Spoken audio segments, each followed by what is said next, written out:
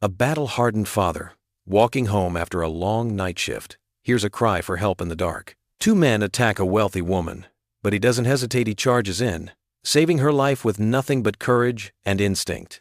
But this is no ordinary rescue, because the woman he saves is an heiress with enemies lurking in the shadows, enemies tied to her own family's secrets.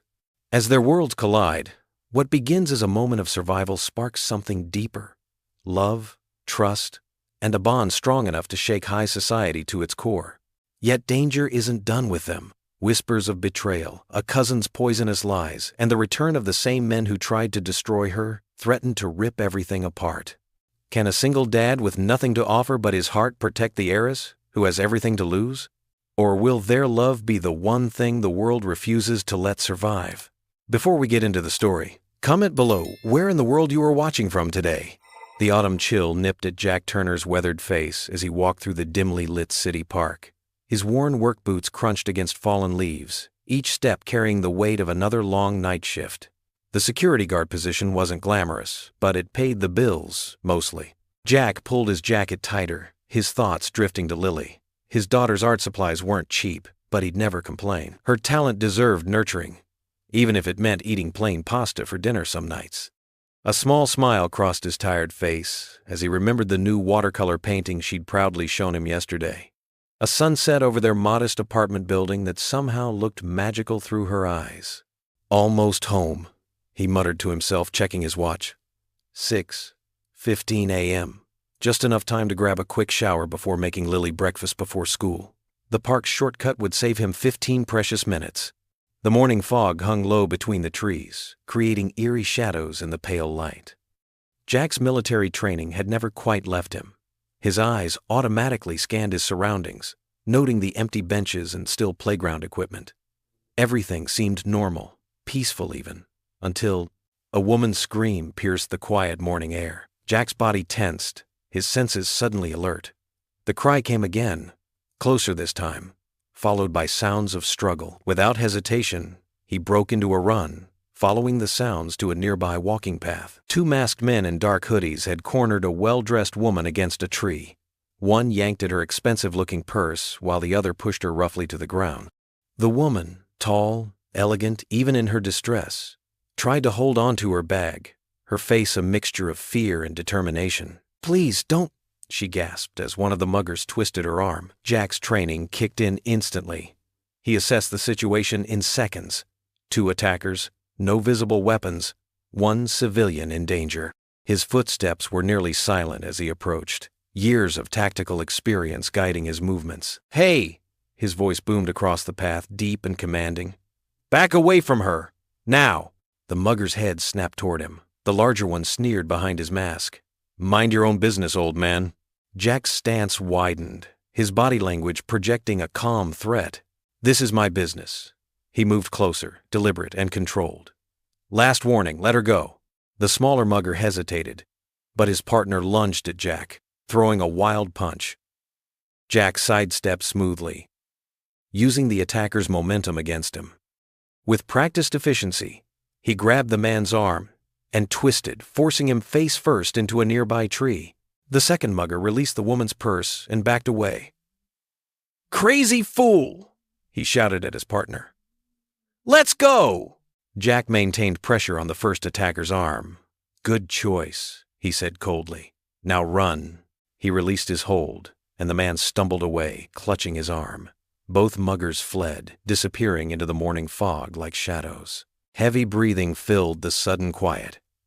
Jack turned to the woman, who had pressed herself against the tree trunk. She was trembling, her elegant coat smudged with dirt, her carefully styled hair disheveled. But what struck Jack most were her eyes, deep brown and filled with a mixture of fear, gratitude, and something else he couldn't quite name. "Are you hurt, ma'am?" he asked, keeping his distance to avoid frightening her further. His voice softened from its earlier commanding tone to something gentler. The woman, Grace Whitmore, though Jack didn't know her name yet, tried to straighten herself. I don't think so." Her voice shook slightly, but carried a natural refinement. She attempted to brush dirt from her coat with shaking hands. Jack stepped forward slowly, offering his steady hand. "Here, let me help you up." Grace hesitated for just a moment before accepting his help. Her hand was soft against his calloused palm, and despite her trembling, her grip was surprisingly strong. As Jack carefully helped her to her feet, their eyes met properly for the first time. Time seemed to slow for a moment. Jack noticed the flecks of gold in her brown eyes, the gentle curves of her face, the way she carried herself with dignity even in such a vulnerable moment. Grace found herself steadied by the quiet strength in his blue eyes, the careful way he held her arm, the protective presence that seemed to radiate from him. "Thank you," Grace whispered, still holding his hand. "I don't know what would have happened if you hadn't." "No need to think about that now," Jack said kindly, releasing her hand once he was sure she was steady on her feet. He bent down to retrieve her purse, noting the designer label without comment. "Here you go, ma'am. Do you need me to call someone for you? The police, maybe?" Grace clutched her purse close, using it almost like a shield. "No, I don't think that will be necessary."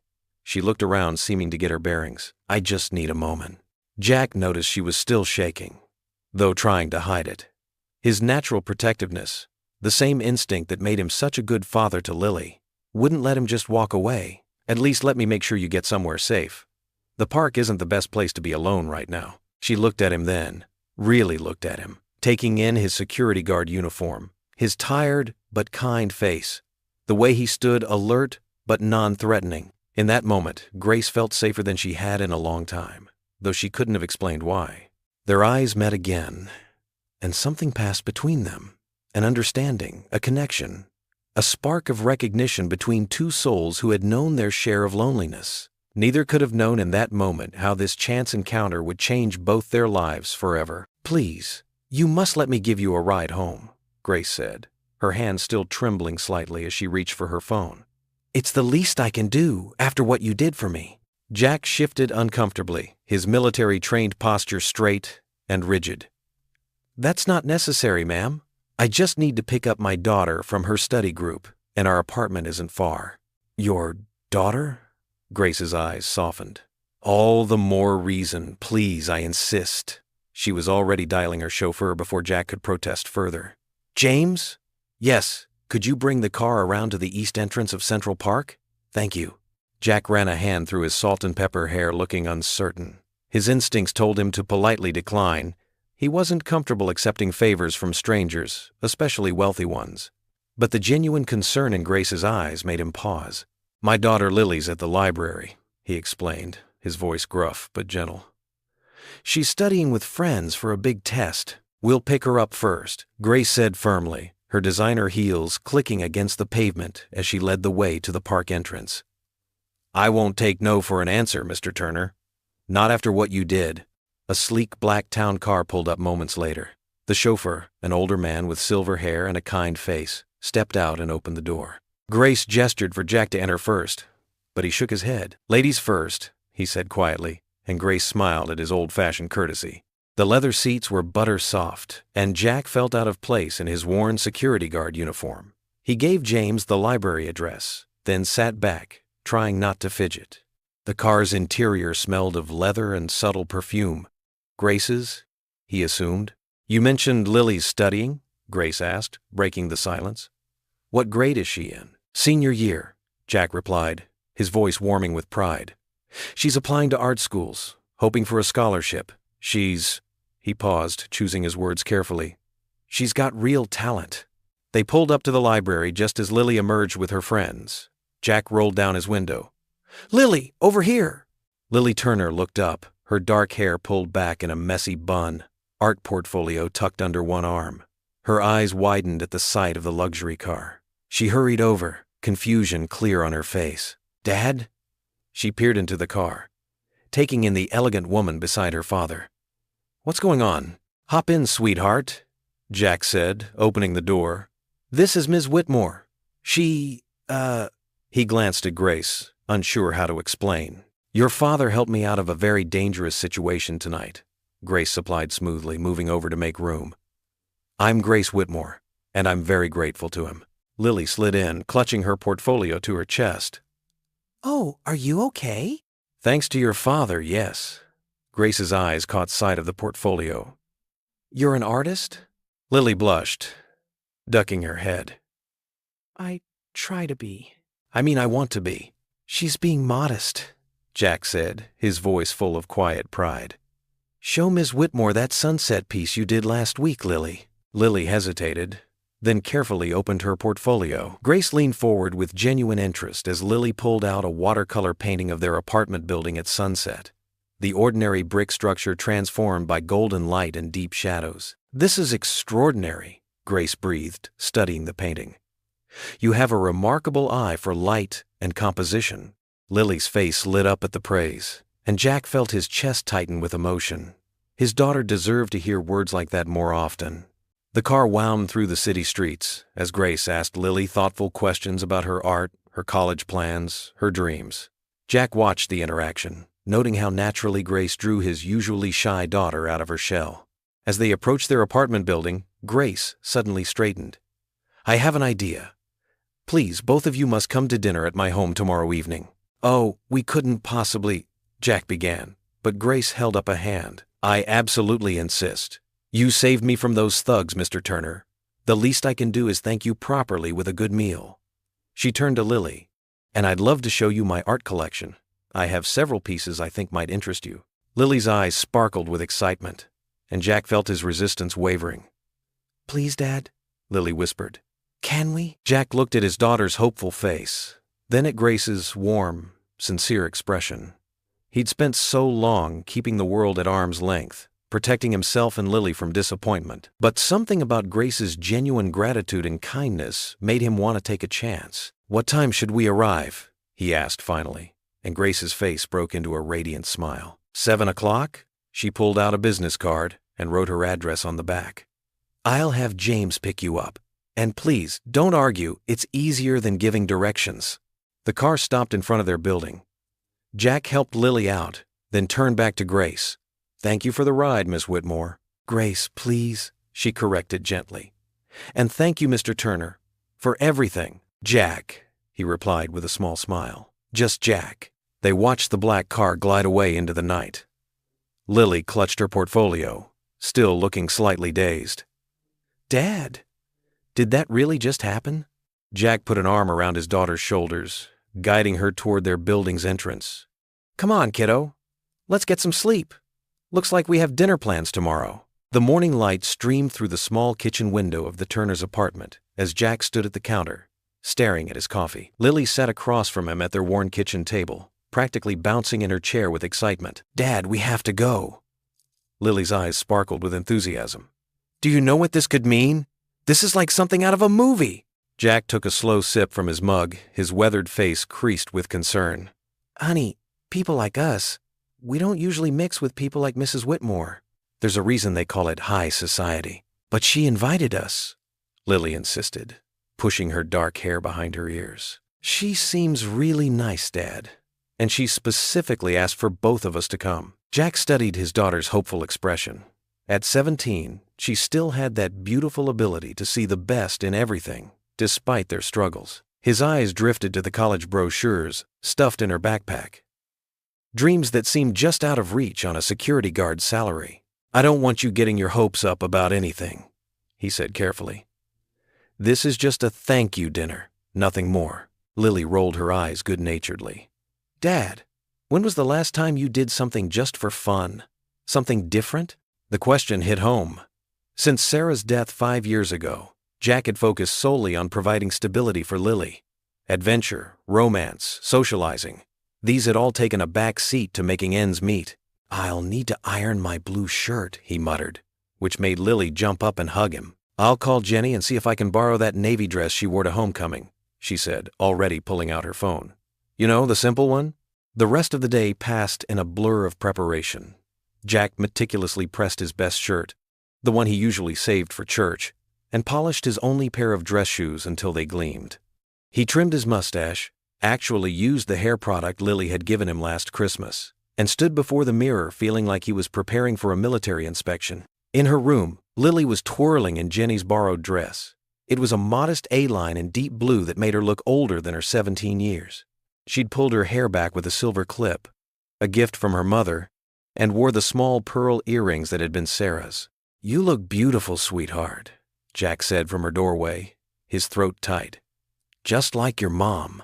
Lily's eyes misted slightly. Really? I wish. She trailed off, but Jack knew. She wished her mother could see her now. She'd be so proud of you, he said softly. Just like I am. The taxi ride to Grace's estate felt surreal. They'd insisted on taking a cab rather than accepting Grace's offer to send her car.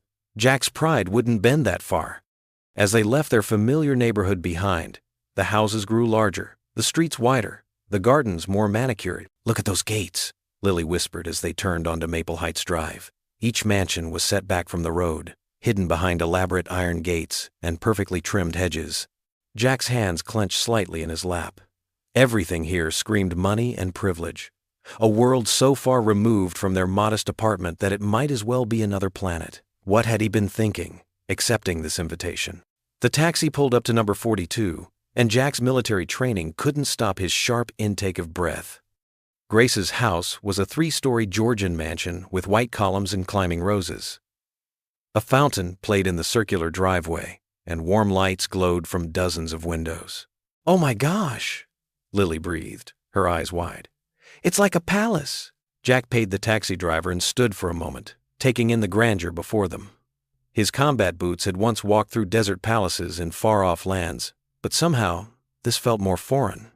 He straightened his shoulders, an old habit when facing uncertainty. "Remember," he said quietly to Lily as they walked up the wide stone steps. "We're here because Mrs. Whitmore wants to thank us for last night." Nothing more. Lily squeezed his arm. "Dad, relax. You're acting like we're going into battle." Before Jack could respond, the massive oak door swung open. A butler, an actual butler, stood there in a black suit. "Mr. Turner and Miss Turner?" he asked formally. "Mrs. Whitmore is expecting you. Please, come in." The entrance hall took Lily's breath away. A crystal chandelier cast rainbow lights across marble floors, and a sweeping staircase curved up to the second floor. Oil paintings in gilded frames lined the walls, and fresh flowers filled silver vases on antique tables. Jack stood ramrod straight, his face carefully neutral despite the opulence surrounding them. His years of military training helped him maintain his composure, but inside, his stomach churned. Everything here represented a world he didn't belong in, a world of old money, social connections, and unimaginable privilege. "Jack! Lily!" Grace's warm voice echoed from the top of the stairs. She descended gracefully, wearing a simple but elegant black dress that probably cost more than Jack's monthly salary. Yet her smile was genuine as she approached them, her eyes crinkling warmly at the corners. "I'm so glad you came." Lily stepped forward eagerly, but Jack remained rooted in place, acutely aware of his carefully ironed shirt from the department store and his well-worn dress shoes. Grace's house was beautiful, yes, but it represented everything he'd taught Lily not to expect from life: easy luxury, endless opportunity, effortless elegance. The butler closed the heavy door behind them with a soft click that seemed to seal their fate. For better or worse, they had crossed the threshold into Grace Whitmore's world. Jack could only hope they wouldn't regret it. The massive oak doors of the Whitmore estate opened, revealing Grace in an elegant yet simple blue dress. Her warm smile immediately put Lily at ease, though Jack's shoulders remained tense. "I'm so glad you both could make it," Grace said, extending her hand. "Please, come in." The foyer's crystal chandelier cast a soft glow over marble floors and artwork-adorned walls. Lily's eyes widened, taking in every detail, while Jack stood straight-backed, like a soldier at attention. "This is amazing," Lily breathed, clutching her borrowed dress self-consciously. Grace guided them through to a dining room where a table was set for 3. "I thought we'd keep it intimate tonight," she explained. "Just us." The table settings were formal but not overwhelming. She'd clearly tried to strike a balance between elegance and comfort. "The chef has prepared something special," Grace said as they took their seats. "I hope you both like Italian." A server appeared with appetizers, fresh bruschetta that made Lily's eyes light up. Jack watched his daughter carefully handle the silverware, proud of how she carried herself. "So, Jack," Grace began, her voice gentle, "you mentioned you served? I'd love to hear more about that if you're comfortable sharing." Jack shifted in his chair, taking a careful sip of water. 20 years in the Army. Nothing too remarkable. Dad's being modest. Lily interjected. He earned 2 Purple Hearts and saved his entire unit once. Grace leaned forward, genuinely interested. That sounds remarkable to me. Jack's expression softened slightly. Just did what needed doing. These days my battles are more about making sure this one, he nodded toward Lily, does her homework. Grace laughed, and the sound was like music. And how is school, Lily? What subjects interest you most? Art, Lily answered without hesitation. I love painting, especially. We're studying the Renaissance right now, and it's fascinating how they used light and shadow. The main course arrived, perfectly prepared chicken piccata. Grace watched with satisfaction as her guests took their first bites. This is amazing, Lily said. Dad's specialty is microwave mac and cheese. Hey now, Jack protested, but there was a smile in his eyes. Grace shared about her own work, describing the children's hospital wing she'd helped fund. It's important to me that my family's resources do some good in the world, she explained, her voice carrying a weight Jack couldn't quite understand yet. As they talked, the formal atmosphere gradually melted away. Jack found himself relaxing, drawn in by Grace's genuine interest in their lives. She asked questions about Lily's art projects, about Jack's security work, never making them feel like curiosities on display. What about you? Jack asked during a lull. All this philanthropy. It must keep you busy. Something flickered across Grace's face. A moment of surprise at being asked about herself, perhaps.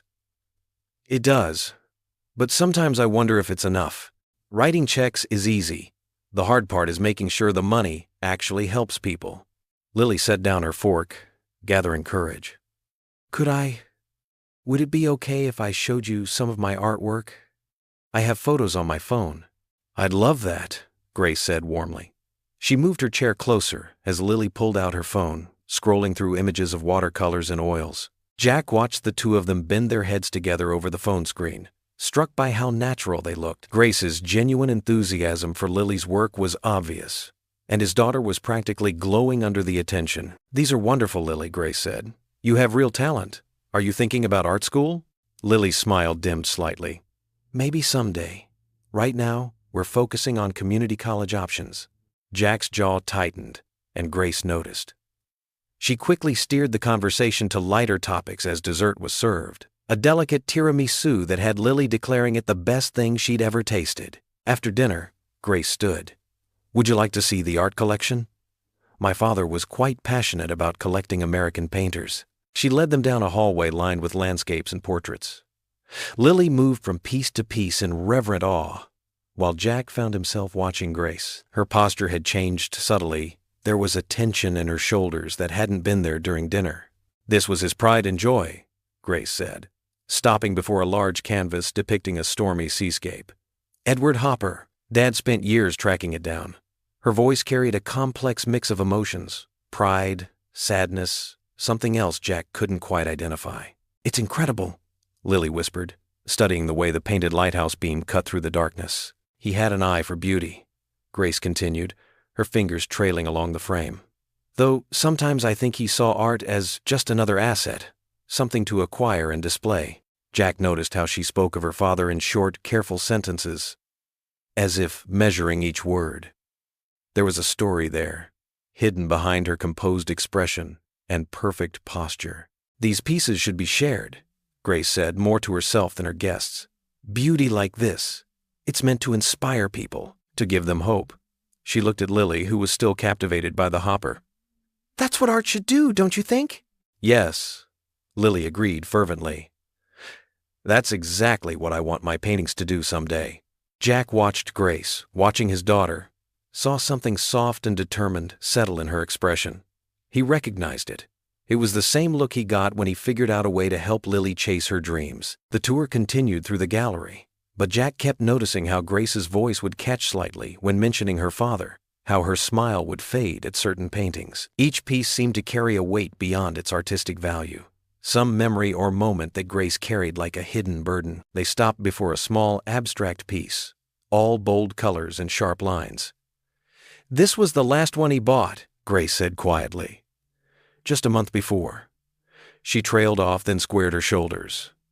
Well, shall we have coffee in the sitting room? Jack wanted to reach out, to offer some comfort for the pain he could clearly see beneath her polished surface. But the moment passed, and Grace was already leading them back toward the main part of the house, her perfect hostess smile back in place. The morning sun filtered through the high school's hallway windows as Lily stood at her locker, organizing her textbooks. Her phone buzzed, displaying an unknown number. She hesitated before answering. "Hello? Lily? This is Grace Whitmore from last night's dinner." Lily's heart skipped a beat. "Oh, hi, Mrs. Whitmore." She clutched the phone tighter, remembering how kind Grace had been during dinner. "Please, call me Grace." Her warm voice carried through the line. "I hope I'm not interrupting your school day, but I wanted to talk to you about your artwork. You mentioned wanting to study art in college." "Yes." Lily's voice rose with excitement. She lowered it quickly, glancing around the busy hallway. "I mean, that's my dream, but—" "Well, I have a dear friend, Rebecca Chen. She's a professional artist who's shown her work in galleries across the country. She often mentors young artists, and I told her about your passion for painting. She'd love to meet you." Lily's hand trembled. "Really? That would be amazing. Wonderful. I'll arrange everything. I should probably ask my dad first," Lily interrupted, her excitement dimming slightly. She knew how her father felt about accepting help from others. "Of course, dear. Have him call me when he can." That evening, Jack stood in their small kitchen, stirring a pot of spaghetti as Lily perched on a counter stool, her legs swinging nervously. "Dad, it's such an amazing opportunity. Grace says, Miss Chen is really well known in the art world. She could teach me so much." Jack's jaw tightened. He'd spent the day thinking about Grace's elegant mansion, her casual mention of vacation homes and private galleries. "Lily, we can't start accepting favors from people we barely know." "But why not? Grace just wants to help. She's being nice." "Sometimes people's help comes with strings attached, even when they don't mean it to." Jack set down the wooden spoon and faced his daughter. "We've always managed on our own." "Is this because of Mom?" Lily's voice softened. "She would have wanted me to have every chance possible." Jack's expression flickered with pain. "That's not fair, Lily." "Neither is saying no just because you're too proud to accept help." The words hung between them. Jack rubbed his face, suddenly tired. "I'll think about it." The next morning, Jack called Grace's number, pacing in the security office during his break. She answered on the second ring. "Jack? I'm so glad you called. About this art mentor situation." He paused, choosing his words carefully. "I appreciate what you're trying to do, but—" "Jack," Grace interrupted gently, "I understand your hesitation. Really, I do. But this isn't charity. It's about giving a talented young woman a chance to learn from someone who could help shape her future. We've gotten by just fine without help." Grace's voice was kind but firm. "Jack, accepting help doesn't make you less of a father. If anything, it shows Lily how much you want her to succeed." Jack leaned against his desk, conflict evident in his stance. "I don't want her getting used to your world, Grace. We can't provide that kind of life." "This isn't about my world or yours," Grace said softly. "It's about Lily's world, the one she's trying to build for herself. Rebecca charges for her mentoring usually, but she owes me a favor. No strings attached, I promise." Jack remained silent, thinking of Lily's face when she talked about art school, about her dreams. He thought of her mother, who'd always believed in encouraging their daughter's talents, no matter the cost. "Can I think about it?" "Of course. But Jack, sometimes the bravest thing we can do is let others help us." That evening, Jack watched Lily at their small kitchen table, sketching in her notebook while doing homework. Her face held the same focused expression her mother used to have when working on a project. The thought squeezed his heart. "Lily?" She looked up, pencil pausing mid-stroke. "I talked to Grace today." Lily straightened, hope brightening her features. "And?" Jack took a deep breath. "If you still want to meet this art mentor, I think we can arrange that." Lily launched herself from her chair, wrapping her arms around his neck. "Thank you, Dad. Thank you. Thank you." Jack hugged her back, feeling some of his tension ease. "We'll set some boundaries, okay? And if at any point it feels wrong—" "It won't." Lily pulled back, her smile radiant. "I promise I'll work so hard. You'll see this could change everything." Looking at his daughter's joy, Jack felt something shift inside him. Maybe Grace was right. Maybe sometimes the strongest thing a parent could do was step aside and let help in. He watched as Lily rushed to call Grace, her excited voice drifting from her bedroom. The wall he'd built around their little world had kept them safe, but perhaps it had also kept out possibilities. Possibilities that could help Lily soar beyond the limitations he'd unconsciously set. Grace answered Lily's call with genuine warmth, and as Jack listened to their animated conversation about art and meeting times, he realized that sometimes love meant letting go of pride. Sometimes it meant trusting that other people's kindness came from a genuine place. He thought of Grace's gentle persistence, her understanding of his reservations, and felt a grudging respect grow. She'd seen what he needed to hear, and had said it with both firmness and compassion. It wasn't just about art mentoring anymore, it was about learning to accept that sometimes help wasn't a handout but a hand up. The evening air hung heavy with late summer humidity as Jack walked home from his security guard shift. His boots scraped against the cracked sidewalk of his modest neighborhood, streetlights casting long shadows across familiar buildings. He'd taken this route hundreds of times, but tonight felt different. The hair on the back of his neck stood up, a sensation he'd learned to trust during his military days. A figure darted between the buildings ahead, moving with the furtive quickness of someone trying not to be seen. Jack's stride didn't change, but his senses heightened. The man's build and movement seemed familiar. Then it hit him, the mugger from the park, the one who'd grabbed Grace's purse. Jack's heart rate picked up, but his movements remained controlled. He'd seen enough combat to know better than to give away his awareness. The man disappeared down an alley between Martinez's corner store and the old laundromat. Jack waited 3 beats, then followed. The alley was narrow, lined with overflowing dumpsters and stacks of empty produce boxes. Jack moved silently, his back close to the brick wall. Ahead, he could hear footsteps and the rustle of movement. The man was talking in hushed tones. "Yeah, I'm telling you, it went wrong." The voice was rough, nervous. "Some guy showed up, military type. Couldn't finish it." Jack inched closer, careful to stay in the shadows. His heart pounded against his ribs, but his breathing remained steady. "Look, I know what Whitmore said, but..." The man's voice dropped even lower. Fine, we'll try again. Just make sure the money's there this time." Jack's blood ran cold. Whitmore, Grace's family name. This hadn't been a random mugging. It was planned. But why? And which Whitmore had ordered it? A cat knocked over a bottle nearby, the glass shattering against concrete. The man whirled around, spotting Jack's shadow. "Hey!" Jack burst into action, decades of training taking over. He sprinted after the mugger, who bolted down the alley like a startled rabbit. They weaved through the maze of back streets, past surprised neighbors taking out trash and teenagers hanging out on stoops. The chase led them past St. Michael's Church, where Jack had buried his wife 5 years ago. The thought of her gave him an extra burst of speed. The mugger was younger, but Jack's military conditioning showed. He was gaining ground. They rounded another corner, and the man stumbled on a broken piece of sidewalk. Jack nearly had him, fingers grazing the back of his jacket, but the mugger recovered, vaulting over a chain-link fence with desperate energy. By the time Jack made it over, the man had disappeared into the gathering darkness. Jack bent over, hands on his knees, catching his breath. His mind raced faster than his heart.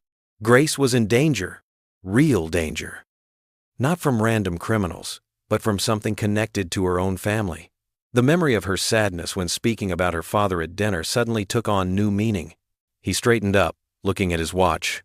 9:47 p.m. Too late for a social call, but this couldn't wait until morning. He pulled out his phone, scrolling to Grace's number. She'd insisted he take it, just in case. His thumb hovered over the call button. Warning her meant getting involved. Really involved. Not just the fairy tale dinner at a mansion, or watching Lily's eyes light up at expensive paintings. This was the ugly side of Grace's world, the part she tried to hide behind elegant manners and charitable gestures. Jack thought of his daughter, safe at home, doing homework. He'd built a stable life for her after losing her mother. Did he really want to risk that by diving into whatever darkness surrounded Grace? But then he remembered Grace's genuine smile when Lily talked about art, the way she listened to him without judgment, how vulnerable she'd looked after the mugging. Yet, how quickly she'd trusted him. He couldn't leave her unprotected, not when he might be the only one who knew she was in danger. His thumb pressed down on the call button. The phone rang once, twice. Jack paced the sidewalk, his boots scuffing against concrete. "Jack?" Grace's voice was surprised but pleased. Is everything all right? He took a deep breath. No, it's not. We need to talk. In person, tonight. There was a pause. When Grace spoke again, her voice was different, serious, with an edge of fear she was trying to hide. Of course. Should I send the car? No, Jack said firmly, already walking toward his apartment. I'll drive. We shouldn't trust anyone right now. I'll explain everything when I see you. Jack, you're scaring me. I know. I'm sorry. He softened his tone. But I promise I'll tell you everything. Just wait for me. And Grace? Don't tell anyone I'm coming. The line went quiet again. All right, she finally said. I trust you. Those 3 words carried the weight of responsibility. Jack ended the call and picked up his pace. He needed to check on Lily, then head to Grace's estate. Whatever was going on, whatever darkness lurked in the Whitmore family's past, he was about to step right into the middle of it. Not because he wanted to, not because he was looking for adventure or excitement, but because sometimes doing the right thing meant walking straight into trouble, eyes wide open, knowing the cost. He just hoped he was ready for whatever that cost might be. The iron gates of Grace's estate swung open with a quiet hum. Jack's worn pickup truck looked out of place as he drove up the curved driveway lined with perfectly trimmed hedges. His hands gripped the steering wheel tightly, his jaw set with determination. This wasn't a social call. The grand mansion loomed before him, its windows gleaming in the late afternoon sun. Martha, Grace's housekeeper, opened the heavy wooden door before he could knock. Mr. Turner, she said with a quick nod. Ms. Whitmore's in the conservatory. Jack followed Martha through the marble-floored hallway, his boots echoing against the polished stone. The conservatory was a sun-filled room with floor-to-ceiling windows and countless plants, creating a peaceful garden atmosphere. Grace sat at a small table, papers spread before her, reading glasses perched on her nose. She looked up and smiled warmly. Jack, what a lovely surprise. Her smile faded when she saw his expression. We need to talk, Jack said quietly. About the attack. Martha quietly excused herself, closing the glass doors behind her. Grace removed her glasses, setting them carefully on the table. What about it? It wasn't random. Jack remained standing, his military bearing evident in his rigid posture. I saw one of them last night, near my neighborhood. He mentioned your name, your family name. The color drained from Grace's face. She gripped the edge of the table, her knuckles turning white. Oh, God, she whispered. I was afraid of this. What's going on, Grace? Jack's voice was gentle but firm. Someone targeted you specifically, and I need to know why. My daughter's been spending time here. I need to know if she's safe. Grace stood up shakily and walked to one of the windows, wrapping her arms around herself. My father, she began, then stopped, taking a deep breath. My father built this empire, but not all of it was clean. Jack waited silently, watching her reflection in the glass. When he died 3 years ago, I inherited everything. The legitimate businesses, yes, but also. She turned to face him, her eyes glistening. I found documents, proof of bribes, illegal deals, connections to people who... She shook her head. I couldn't just ignore it. What did you do? Jack asked, though he suspected he knew the answer. I've been cleaning house, Grace said, lifting her chin slightly. Cutting ties with corrupt partners, reporting illegal activities to the authorities, redirecting funds to legitimate charitable causes. She gave a bitter laugh. Not everyone appreciates my efforts to restore honor to the Whitmore name. Jack moved closer, his tactical mind already assessing threats. How many enemies are we talking about? Enough. Grace sank back into her chair. Former business partners who lost millions when I canceled their contracts. People who were using our shipping companies for other purposes. Even some family members who benefited from the old way of doing things. Like your cousin? Jack remembered the man's cold eyes at the dinner party. Grace nodded. Marcus stands to inherit if anything happens to me. He's not happy about the changes I'm making. Jack ran a hand over his face, thinking of Lily's bright smile as she talked about art lessons with Grace's mentor friend. His daughter was finally feeling hopeful about her future. But at what cost? These people, he said carefully. How dangerous are they? Until now, it's been threats through lawyers, suspicious accidents at construction sites, attempts to freeze our assets. Grace's hands trembled slightly as she stacked her papers. The attack in the park. That's new. They're escalating. Jack paced the length of the conservatory, his military training kicking in. Every window suddenly looked like a vulnerability, every shadow a potential threat. He thought about walking away, taking Lily and returning to their simple, safe life. But then he looked at Grace, really looked at her. Behind her elegant exterior, he saw someone fighting a lonely battle to right old wrongs. Someone trying to build something good from a tainted legacy. Someone who, despite her wealth and position, was just as vulnerable as anyone else. "You need protection," he said finally. "Professional security, not just the regular staff. I have cameras, alarms. That's not enough." Jack's voice was firm. "You need someone who knows what to look for, who can anticipate threats." "Someone like you?" Grace asked softly. Jack hesitated. Every instinct told him to keep Lily far from this situation. But he remembered Grace's kindness to his daughter, her genuine desire to help without any agenda. He thought about what he taught Lily about standing up for what's right, about helping others even when it's hard. "I have experience," he said slowly, "both military and private security. But Grace, you have to understand, if I help you, I need to know everything. No more secrets. And we do this my way." Grace stood and walked over to him, her eyes meeting his directly. "I trust you, Jack. You're the first person in a very long time that I truly trust." The weight of those words settled between them. Jack knew he was standing at a crossroads. Behind him lay the safe, predictable life he'd built for himself and Lily. Ahead was uncertainty, danger, but also purpose, and something else he wasn't quite ready to name. "I need to think," he said finally. "Need to talk to Lily. This affects her too." Grace nodded, understanding in her eyes. "Of course. Take all the time you need." Jack turned to leave, then paused at the conservatory door. "Lock up tonight. All windows. All doors. I'll call you tomorrow." As he drove home, the setting sun painted the sky in shades of orange and purple. His mind raced with possibilities, threats, and plans. He knew the smart thing would be to walk away, but deep down, he'd already made his decision. Some things were worth the risk. Jack tossed and turned in his bed, the springs creaking beneath him. Moonlight filtered through the thin curtains of his modest two-bedroom apartment, casting shadows on the wall. His mind raced with images of Grace's pale face when he'd told her about the mugger's connection to her family. The word Whitmore echoed in his thoughts, along with all its dangerous implications.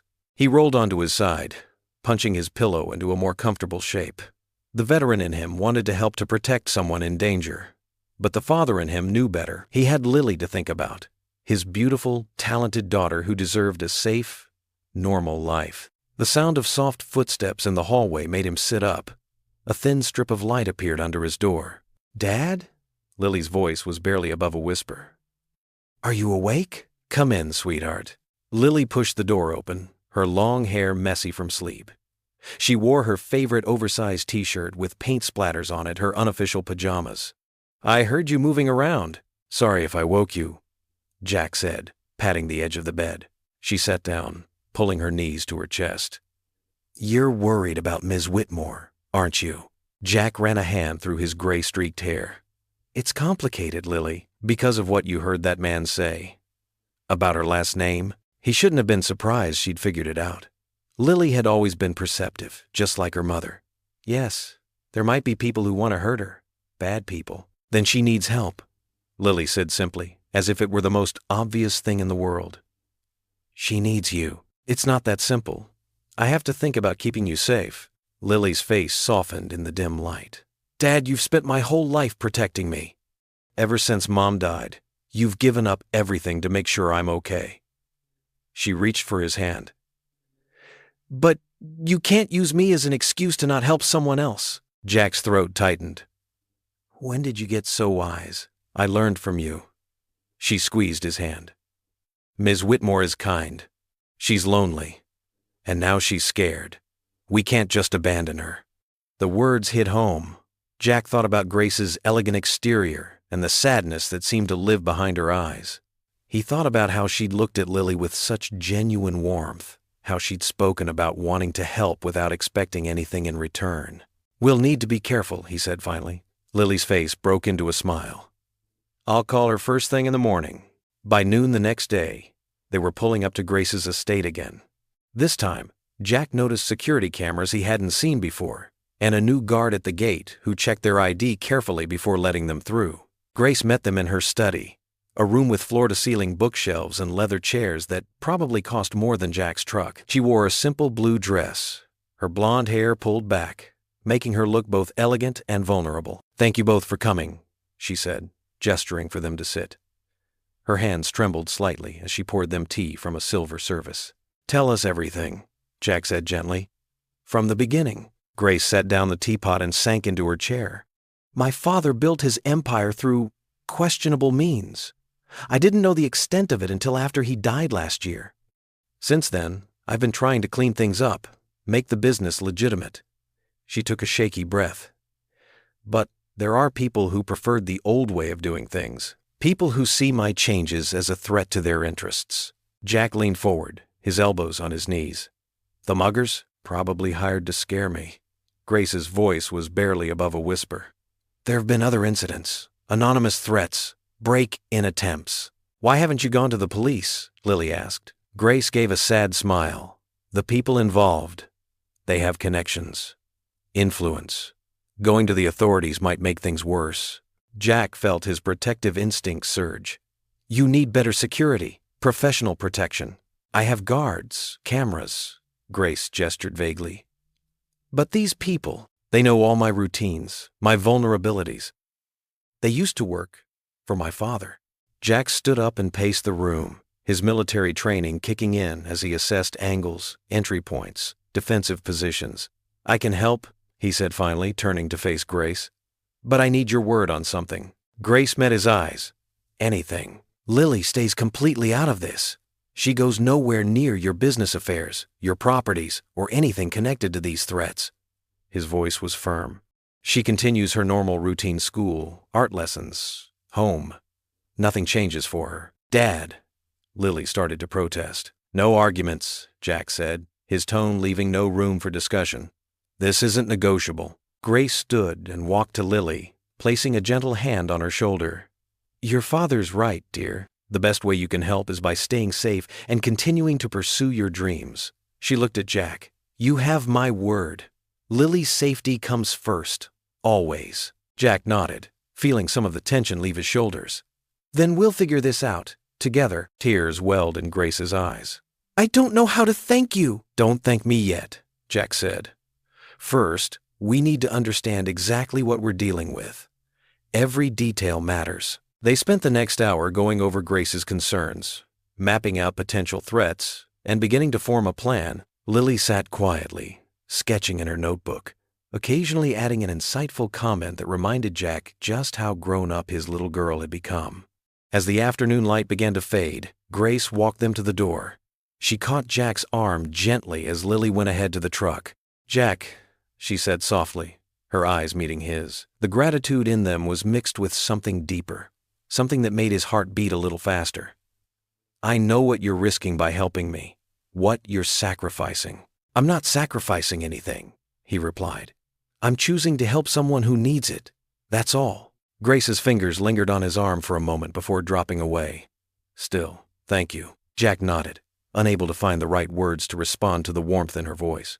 As he walked to his truck, he could feel her watching from the doorway. The weight of her family's shadow seemed to loom over the estate, but now she wouldn't have to face it alone. The morning sun cast a golden glow across the weathered steps of St. Michael's Church.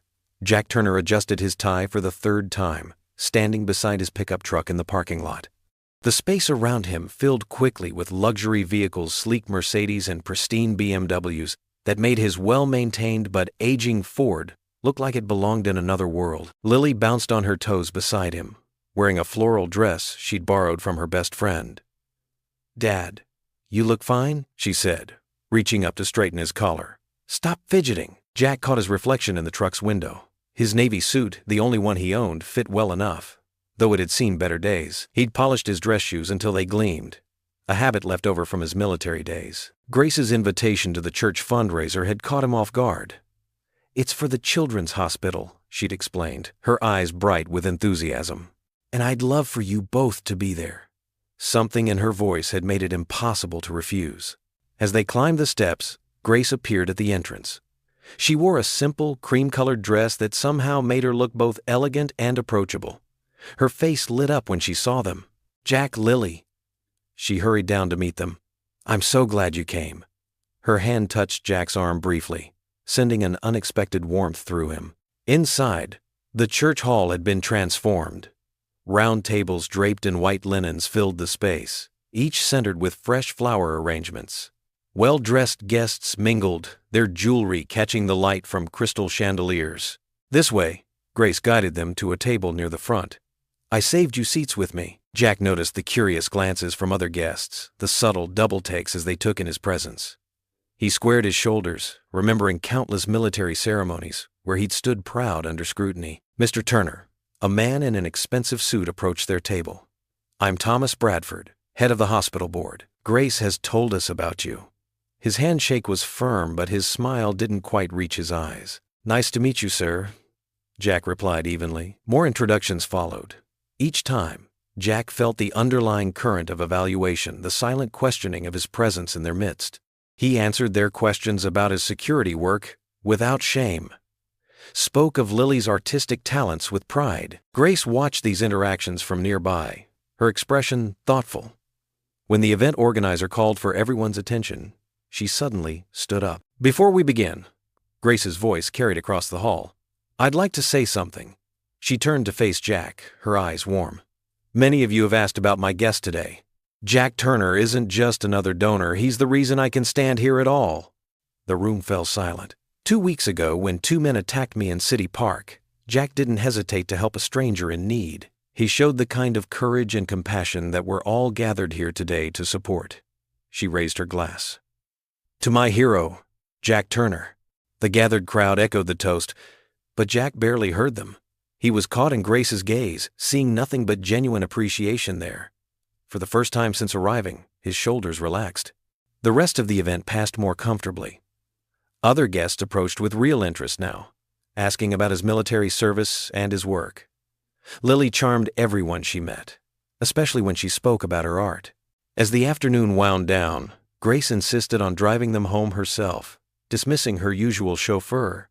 In her car, with Lily dozing in the back seat, the tension of the day finally broke. "I saw you straightening that tie at least 10 times, Grace teased, navigating through the quiet Sunday streets. Jack chuckled. "That obvious, huh?" Only to someone who was watching. Her smile was gentle. "You know, you handled yourself better than half those board members do at their first fundraiser." "Well, I had good backup." He glanced at her profile, outlined by the setting sun. Grace laughed a real laugh, not the polite society chuckle he'd heard earlier. "Did you see Bradford's face when I mentioned the park incident? He's been trying to get me to join the board for months." "Trying to recruit the wealthy heiress?" Jack grinned. "Exactly. But today was the first time I actually considered it." She paused at a red light, turning to face him.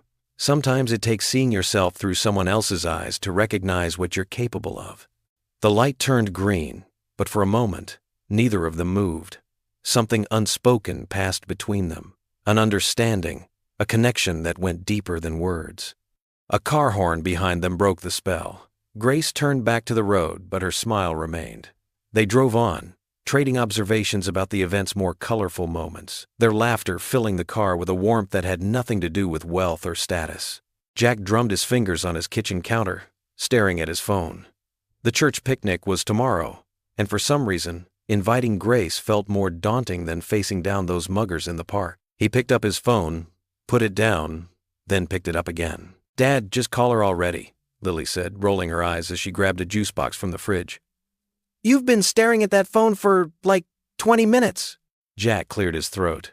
"It's not that simple, sweetheart, Miss Whitmore. Grace. She's used to fancier things than our neighborhood potluck." "So what? She's nice. She won't care." Lily punched the straw through her juice box with unnecessary force to make her point. Taking a deep breath, Jack dialed Grace's number. She answered on the second ring, her voice warm. "Jack? What a lovely surprise." "Grace, I was wondering." He rubbed the back of his neck. "Our church is having its annual picnic tomorrow afternoon. Nothing fancy, just people bringing dishes, kids playing games. I thought maybe..." "Well, Would you like to join us? There was a pause on the other end. A church picnic? Grace's voice held a hint of uncertainty. I haven't been to anything like that since I was a little girl. There's no pressure, Jack added quickly. I know it's not exactly your usual. No, wait, Grace interrupted. I'd love to come. What should I bring? Jack smiled, relief washing over him. Just yourself. We've got plenty of food. Nonsense. I'll bring something. Though I should warn you, I'm not much of a cook. Store-bought is fine, Jack chuckled. We're not picky here. The next day, Jack waited in front of the small Methodist church, scanning the street for Grace's car. When her sleek black Mercedes pulled up, he couldn't help but notice how out of place it looked among the modest sedans and pickup trucks. Grace stepped out wearing a simple sundress, carrying what appeared to be a store-bought apple pie. She looked almost nervous, an expression Jack had never seen on her face before. I hope this is appropriate, she said, gesturing to her dress. And the pie, well, the bakery assured me it was their best. Jack smiled warmly. You look perfect. Come on, let me introduce you to everyone. The church's back lawn was filled with folding tables draped in checkered cloths, loaded with casseroles, fried chicken, and various salads. Children ran through sprinklers while parents chatted in lawn chairs. The scene was wholly ordinary, yet Grace looked at it all with wonder. Mrs. Martinez! Jack called out to a gray-haired woman manning the dessert table. This is my friend Grace. Oh, the pie lady, Mrs. Martinez beamed, taking Grace's offering. Jack mentioned you might come. Here, try my banana pudding. It's my grandmother's recipe. Before Grace could respond, she had a paper bowl of pudding in her hands. Her eyes widened at the first bite. This is incredible. See? Jack grinned. Told you we had plenty of good food. Throughout the afternoon, Jack watched as Grace slowly relaxed into the casual atmosphere. She helped Mrs. Peterson set up the three-legged race for the kids, laughing when the retired postman's twins got tangled up and fell into the grass. She sat with Jack's neighbor, Sarah, listening intently to stories about her garden club's ongoing feud with the squirrels. Your world is so real, Grace said quietly to Jack as they watched Lily play volleyball with her church friends. Everyone here truly knows each other. We look out for one another, Jack nodded. When my wife passed, these people brought food for weeks, helped with Lily. You don't forget kindness like that. Grace's eyes grew distant. In my circle, people sent formal condolence cards through their assistants. I can't remember the last time someone brought me a home-cooked meal just because they cared. A commotion drew their attention as someone started up the old boombox playing country music. Couples began to dance on the grass, more enthusiastic than skilled. Want to give it a try? Jack offered his hand. Grace hesitated. I don't know this kind of dancing. Neither do most of us, Jack laughed. We just sort of sway and try not to step on each other's feet. To his surprise, Grace took his hand. Her movements were stiff at first, but soon she was laughing as Jack twirled her carefully on the uneven ground. As the afternoon wound down, they sat in lawn chairs, watching the sunset paint the sky in brilliant oranges and pinks. Grace had kicked off her sandals, her feet grass-stained from walking barefoot after the dance. You know what's strange? She said, her voice thoughtful. I've been to parties that cost more than most people's houses. Events where the champagne alone could pay for a car. But I can't remember the last time I felt as happy as I do right now. Jack turned to look at her, struck by the contentment on her face. I envy this, Grace continued, gesturing to the scene around them. The families packing up leftovers, kids helping to fold chairs, teenagers planning next week's youth group meeting. I envy your world more than you could ever envy mine, Jack. All my wealth, and I never had anything this genuine. Jack absorbed her words, watching as Mrs. Martinez pressed a container of banana pudding into Grace's hands, insisting she take it home. He saw how natural Grace looked here, how her smile reached her eyes in a way it hadn't at the fancy fundraiser. The woman who had seemed so untouchable in her mansion now sat beside him with grass stains on her feet, looking more at peace than he'd ever seen her. The morning sun streamed through the tall windows of the Maxwell Art Gallery, casting long shadows across the polished wooden floors. Lily Turner stood in the entrance, her hands clasped tightly together, her eyes wide with wonder at the paintings that adorned the pristine white walls. The gallery wasn't large or fancy like the museums downtown. but to Lily, it might as well have been the Louvre. "Are you nervous?" Grace asked softly, placing a gentle hand on Lily's shoulder. She wore a simple blue dress today, having learned from their previous outings that her usual designer attire made Jack and Lily uncomfortable. Lily nodded, her voice barely above a whisper. "A little. What if Miss Chen doesn't like my work?" Jack stood a few steps behind them, his hands in his pockets, trying to look casual despite feeling as out of place as a bull in a china shop. He watched his daughter smooth down her borrowed dress for the 10th time, his heart aching with both pride and worry. "Sarah Chen is one of the kindest people I know," Grace assured Lily. "And she's been teaching young artists for over 20 years. She'll love meeting you." As if on cue, a petite woman with silver-streaked black hair emerged from the back of the gallery. Sarah Chen carried herself with quiet confidence, her face lighting up when she saw Grace. "Grace, it's wonderful to see you." Sarah's warm smile included both Lily and Jack. "And you must be Lily Turner. Grace has told me so much about your passion for art." Lily's cheeks flushed pink. "Thank you for meeting with me, Ms. Chen. Please, call me Sarah." She gestured to a leather portfolio clutched in Lily's arms. "Is that your work? I'd love to see it." They moved to a small sitting area near a window, where morning light provided perfect viewing conditions. Jack hung back, leaning against a wall, but his eyes never left his daughter. He watched as Lily carefully opened her portfolio, her hands trembling slightly as she showed Sarah her sketches and paintings. Sarah's eyes widened as she examined each piece. "Your use of color is remarkable, Lily. And this perspective." She held up a watercolor of their apartment building at sunset. "You've captured such emotion in the way the light falls." Tears welled up in Lily's eyes, and she quickly wiped them away. "Really? I mean, I know they're not as good as—" "Don't compare yourself to others," Sarah interrupted gently. "These pieces show real talent, and more importantly, real heart." Grace caught Jack's eye across the room, sharing a smile at Lily's joy. She'd never seen the teenager look so validated, so full of possibility. Sarah continued reviewing the portfolio, offering specific feedback and encouragement for each piece. Then she pulled out a brochure from her desk. "We have a summer program for young artists. 3 days a week, professional instruction, all materials provided." She glanced at Grace, who nodded imperceptibly. "We'd love to have you join us, Lily." Lily's face fell slightly as she looked at her father. "Dad, The scholarship is already arranged," Grace cut in smoothly.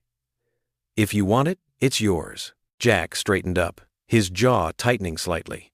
But before he could protest, he saw the look on his daughter's face, pure, unfiltered hope. The kind of hope he hadn't been able to give her, no matter how many extra shifts he worked. "This is a competitive program," Sarah added, seeming to sense Jack's hesitation. "We only accept students who show real promise. Your daughter has that in spades." Lily turned to her father, her eyes pleading. "Dad, can I?" Jack swallowed hard, then nodded. "Of course you can, sweetheart." The squeal of delight that escaped Lily made everyone laugh. She hugged Sarah, then Grace, then ran to throw her arms around her father's neck.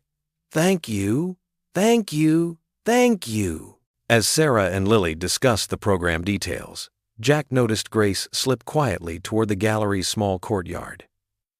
He followed her, needing to say something, though he wasn't quite sure what.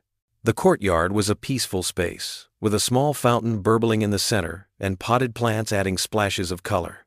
Grace stood near the fountain, running her fingers through the water. "Grace," Jack said softly. She turned, looking almost nervous.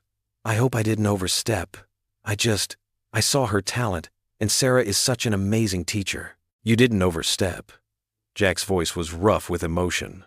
"What you've done for Lily, I've never seen her so happy. She deserves it. She's so talented, Jack, and she works so hard, like her mother," Jack said quietly. He cleared his throat. "I've been so focused on keeping a roof over her head, making sure she's safe. Sometimes I forget she needs more than just the basics." Grace stepped closer. "You've given her everything important. Love, stability, values. This is just a little extra support. From someone who cares about both of you." Jack reached out to take her hand, to properly thank her, just as Grace moved to touch his arm. Their hands brushed, and both froze at the contact. A current of electricity seemed to pass between them, and Jack found himself staring into Grace's eyes, seeing something there that made his heart race. The moment stretched out, heavy with unspoken words and feelings neither was ready to voice. Then Lily's excited voice floated in from the gallery, breaking the spell. Their hands dropped away, but the warmth of that brief touch lingered. Through the courtyard door, they could see Lily beaming as she and Sarah discussed the upcoming classes. She looked up, catching sight of them, and waved enthusiastically.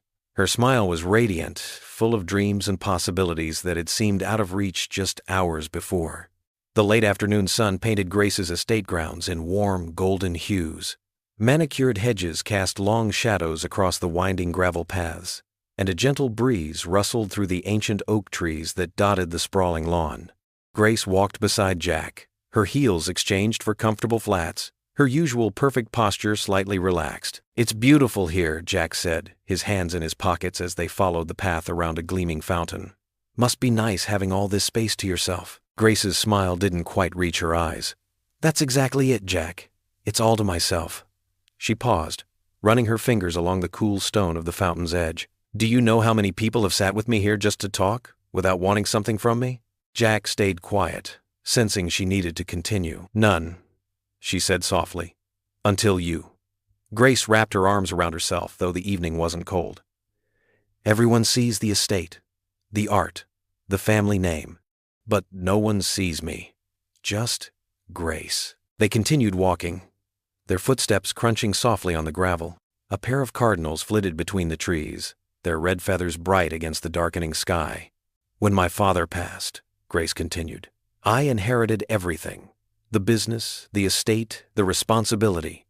But I also inherited his mistakes, his enemies." She shook her head. "Sometimes I wonder if I'd be happier in a small apartment somewhere, just being normal." Jack stopped at a wooden bench nestled beneath an old maple tree. "Mind if we sit?" Grace nodded, settling beside him.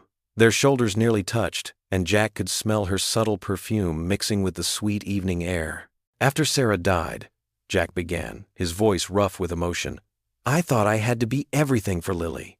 Mother and father, provider, and nurturer." He clasped his hands together, looking out over the grounds. "Some days, I'd look at her doing homework at the kitchen table, and she'd make this face exactly like her mother used to make when concentrating. Those moments." He swallowed hard. "Those moments would knock the wind right out of me." Grace reached over and placed her hand on his arm. The touch was gentle, understanding. "The hardest part wasn't the practical stuff," Jack continued. "It wasn't working extra shifts or learning to braid her hair for school pictures. It was seeing her hurt and not knowing how to fix it. Watching her miss her mom and feeling completely powerless." "But you did fix it, Jack," Grace said softly. "Look at her now. She's wonderful, talented, kind, hopeful. That's because of you." Jack turned to face her, struck by the sincerity in her eyes. "Sometimes I still feel like I'm not enough. Like she deserves more than what I can give her." "Oh, Jack." Grace's voice was barely above a whisper. "You give her everything that matters. Love, support, stability. I had all the material things growing up, but I would have traded it all for a father like you." They sat in comfortable silence as the sun continued its descent, painting the sky in brilliant shades of pink and orange. A cool evening breeze swept across the grounds, making Grace shiver slightly. Without thinking, Jack shrugged off his jacket and draped it over her shoulders. "Thank you," she murmured, pulling the worn leather closer around her. It smelled like him, a mix of coffee and something uniquely Jack. "You know," he said, "I've spent so long focused on being strong for Lily, I almost forgot what it feels like to just talk, to let someone see the hard parts." Grace turned toward him, her eyes soft in the fading light. "I know exactly what you mean. All these years, I've kept up appearances, played the role everyone expected, but with you," she paused, searching for the right words. "With you, I don't have to pretend." The setting sun cast long shadows across their faces as their eyes met. In that moment, the distance between their worlds seemed to vanish. They weren't an heiress and a security guard, weren't a wealthy woman and a struggling single father. They were just two people who understood each other's loneliness, who recognized in each other something rare and genuine. Jack noticed how the golden light caught the silver strands in Grace's dark hair, how her eyes held both strength and vulnerability. Grace saw the kindness in Jack's weathered face, the gentle spirit behind his protective exterior. Neither moved to break the moment. The evening breeze whispered through the leaves above them, and somewhere in the distance, a mourning dove called softly. In the growing dusk, they sat together, their shoulders touching, both acutely aware of how natural it felt to be side by side. The invitation sat on Jack's kitchen table, its cream-colored paper and gold lettering catching the morning light. He picked it up for the 10th time that week, reading the elegant script announcing the annual Whitmore Foundation Charity Gala. His calloused fingers felt rough against the expensive paper. "Dad, you're overthinking it again," Lily said, grabbing her backpack for school. She paused by the table, her dark hair falling over her shoulder as she leaned to look at the invitation. "Grace wants us there. That's all that matters."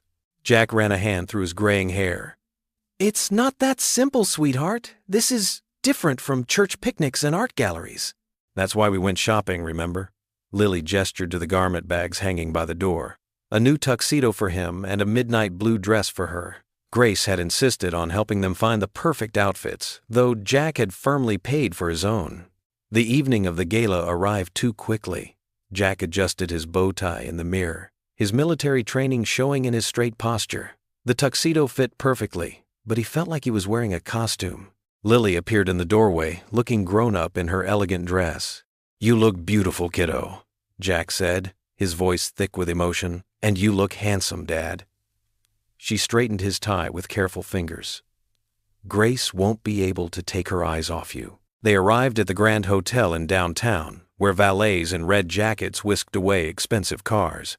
Jack handed the keys to his old pickup truck to a young valet who looked slightly confused but remained professional. The marble-floored lobby buzzed with conversations and classical music. Grace stood at the entrance to the ballroom, greeting guests. Her silver evening gown caught the light, making her seem to glow. When she spotted Jack and Lily, her whole face lit up with genuine warmth. "You came," she said softly, reaching for Jack's hand. "Wouldn't miss it," Jack replied, trying to hide how her touch made his heart race. The ballroom dazzled with crystal chandeliers and floating candles. Round tables dressed in white linens surrounded a wooden dance floor. Wealthy donors in designer clothes mingled, drinking champagne and discussing charitable causes. Jack recognized a few faces from newspaper photos. Business leaders, politicians, old money families.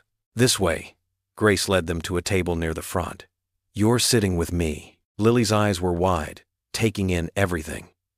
"It's like a fairy tale," she whispered to her father. Dinner was served on fine china, dishes with French names Jack couldn't pronounce, but tasted amazing. He watched Grace work the room, moving from table to table with practiced ease. Yet whenever she returned to their table, she seemed to relax, as if she could finally be herself. After dessert, the hotel staff cleared space for speeches.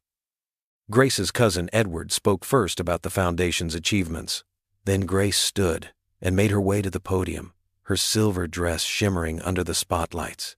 "Good evening, everyone," she began, her voice clear and confident. "This year has been one of transformation for the Whitmore Foundation. We've expanded our education initiatives, launched new community programs, and—" She paused, her eyes finding Jack's. "And I've learned valuable lessons about true courage and kindness." The room grew quiet as Grace continued. "A few months ago, I was attacked in City Park. A man I'd never met came to my rescue, without hesitation, without thought of reward. He showed me that real heroes don't wear expensive suits or make grand donations, though we appreciate those too," she added with a smile, earning light laughter from the crowd. Jack's face warmed as he felt curious eyes turn toward him. Lily squeezed his hand under the table. "Jack Turner," Grace said his name with such warmth it made his chest tighten, "taught me that wealth isn't measured in bank accounts. It's measured in the courage to help strangers, in the strength to raise a remarkable daughter alone, and in the humility to be exactly who you are, regardless of circumstance." Murmurs rippled through the crowd. Some guests looked shocked at such a personal revelation at a formal event.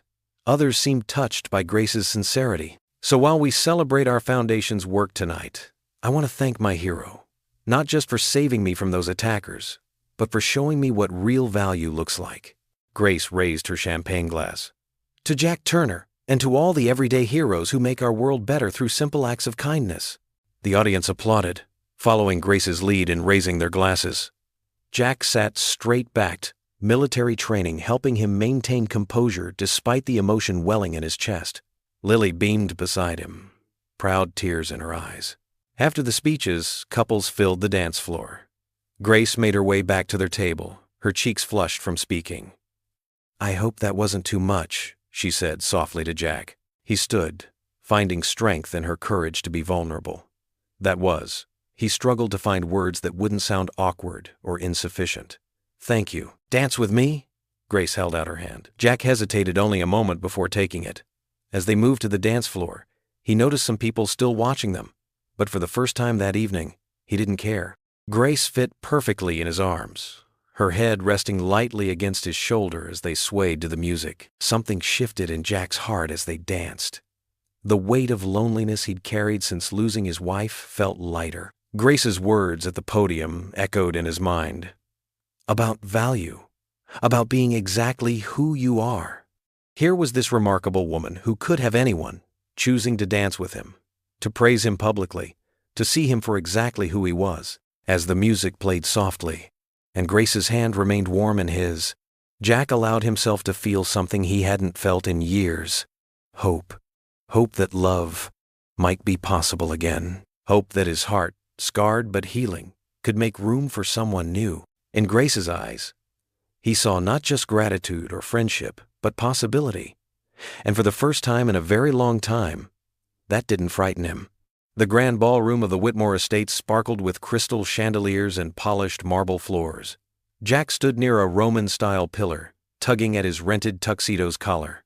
He felt like a fish out of water among the sea of designer gowns and custom suits. Still, seeing Lily's eyes light up at the splendor made it worthwhile. Grace had just finished her speech, and the applause still echoed in his ears. Her words about him being her hero had brought warmth to his chest, though he wasn't used to such public attention. Now, scattered groups chatted over champagne and fancy appetizers with names he couldn't pronounce. Well, well, the man of the hour. A smooth voice cut through Jack's thoughts. Edmund Whitmore approached, swirling amber liquid in a crystal glass. His silver-streaked hair was perfectly styled, and his tuxedo probably cost more than Jack's yearly salary. A practiced smile played on his lips, but his eyes remained cold. "Mr. Turner, isn't it?" Edmund extended his hand. "Grace's rescuer." Jack shook it firmly, noting the slight pause before the word rescuer. "Just Jack is fine." "Just Jack." Edmund's smile widened. "How quaint. You must find all this rather overwhelming. Quite different from your usual circles, I imagine." "I manage," Jack replied evenly, though his jaw tightened. Edmund stepped closer, lowering his voice. "You know, it's really quite remarkable, the timing of it all. A security guard just happening to be in the right place, at the right time, to save one of the city's wealthiest women. Are you suggesting something?" Jack's military training kept his voice steady, but anger simmered beneath. "Oh, not at all." Edmund raised his hands in mock surrender. "I'm merely observing how fortunate the circumstances were, for everyone involved." His eyes flicked to Lily, who was admiring an art piece across the room, especially considering the educational opportunities that have opened up since then. Jack's fists clenched at his sides. "I didn't ask Grace for anything." No, of course not." Edmund's tone dripped with false sympathy. "You didn't have to, did you? Grace has always had a soft spot for strays." Before Jack could respond, Edmund turned to a passing group of socialites. "Margaret, Charles, have you heard the fascinating story of how our dear Grace met her new friend here?" The couple paused, their jewelry glinting under the chandeliers. Edmund launched into the tale, his voice carrying just enough to draw others near. With each word, he painted Jack's actions with subtle shades of suspicion. "Quite the fairy tale, isn't it?" Edmund concluded. "The everyday hero who just happened to save the damsel in distress, though one does wonder about coincidences." Jack watched as knowing looks passed between the listeners. Whispers began immediately as they dispersed, spreading through the crowd like ripples in a pond. He heard fragments. "Planned it all along, taking advantage. After her money." Across the room, Grace was speaking with a group of donors. Jack saw the exact moment the whispers reached her. Her smile faltered slightly, and she glanced his way with a flash of uncertainty in her eyes. Though she quickly recovered, continuing her conversation, the damage was done. Jack's chest felt tight. The room that had seemed merely uncomfortable before now felt suffocating. The crystal glasses and fancy artwork mocked him, reminding him how far he was from his own world. He'd been a fool to think he could belong here, even for one night. A waiter passed with champagne, and Jack caught snippets of conversation. Security guard? Of all things. Letting his daughter get art lessons. Probably planned the whole thing. His face burned. Every military medal he'd earned, every honest day's work he'd done, every sacrifice he'd made as a single father, none of it mattered here. To them, he would always be an opportunist, a gold digger who staged a rescue for personal gain. Jack watched as Edmund moved smoothly through the crowd, spreading his poison with practiced ease. The cousin's words found fertile ground among these people who had never known what it meant to work hard for everything they had. Pride, his constant companion since his wife's death, rose like bile in his throat. He'd survived war, raised a daughter alone, worked nights to make ends meet. And now he stood here, being judged by people who'd never known a day of real struggle. The worst part was seeing Grace's reaction. Though she tried to hide it, he could tell Edmund's words had planted a seed of doubt. The trust they'd built over these past weeks suddenly seemed fragile, tainted by whispers and suspicious glances. Lily approached him, her borrowed dress swishing against the marble floor. "Dad?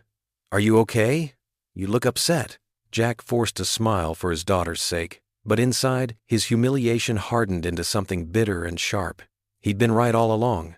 Some worlds weren't meant to mix.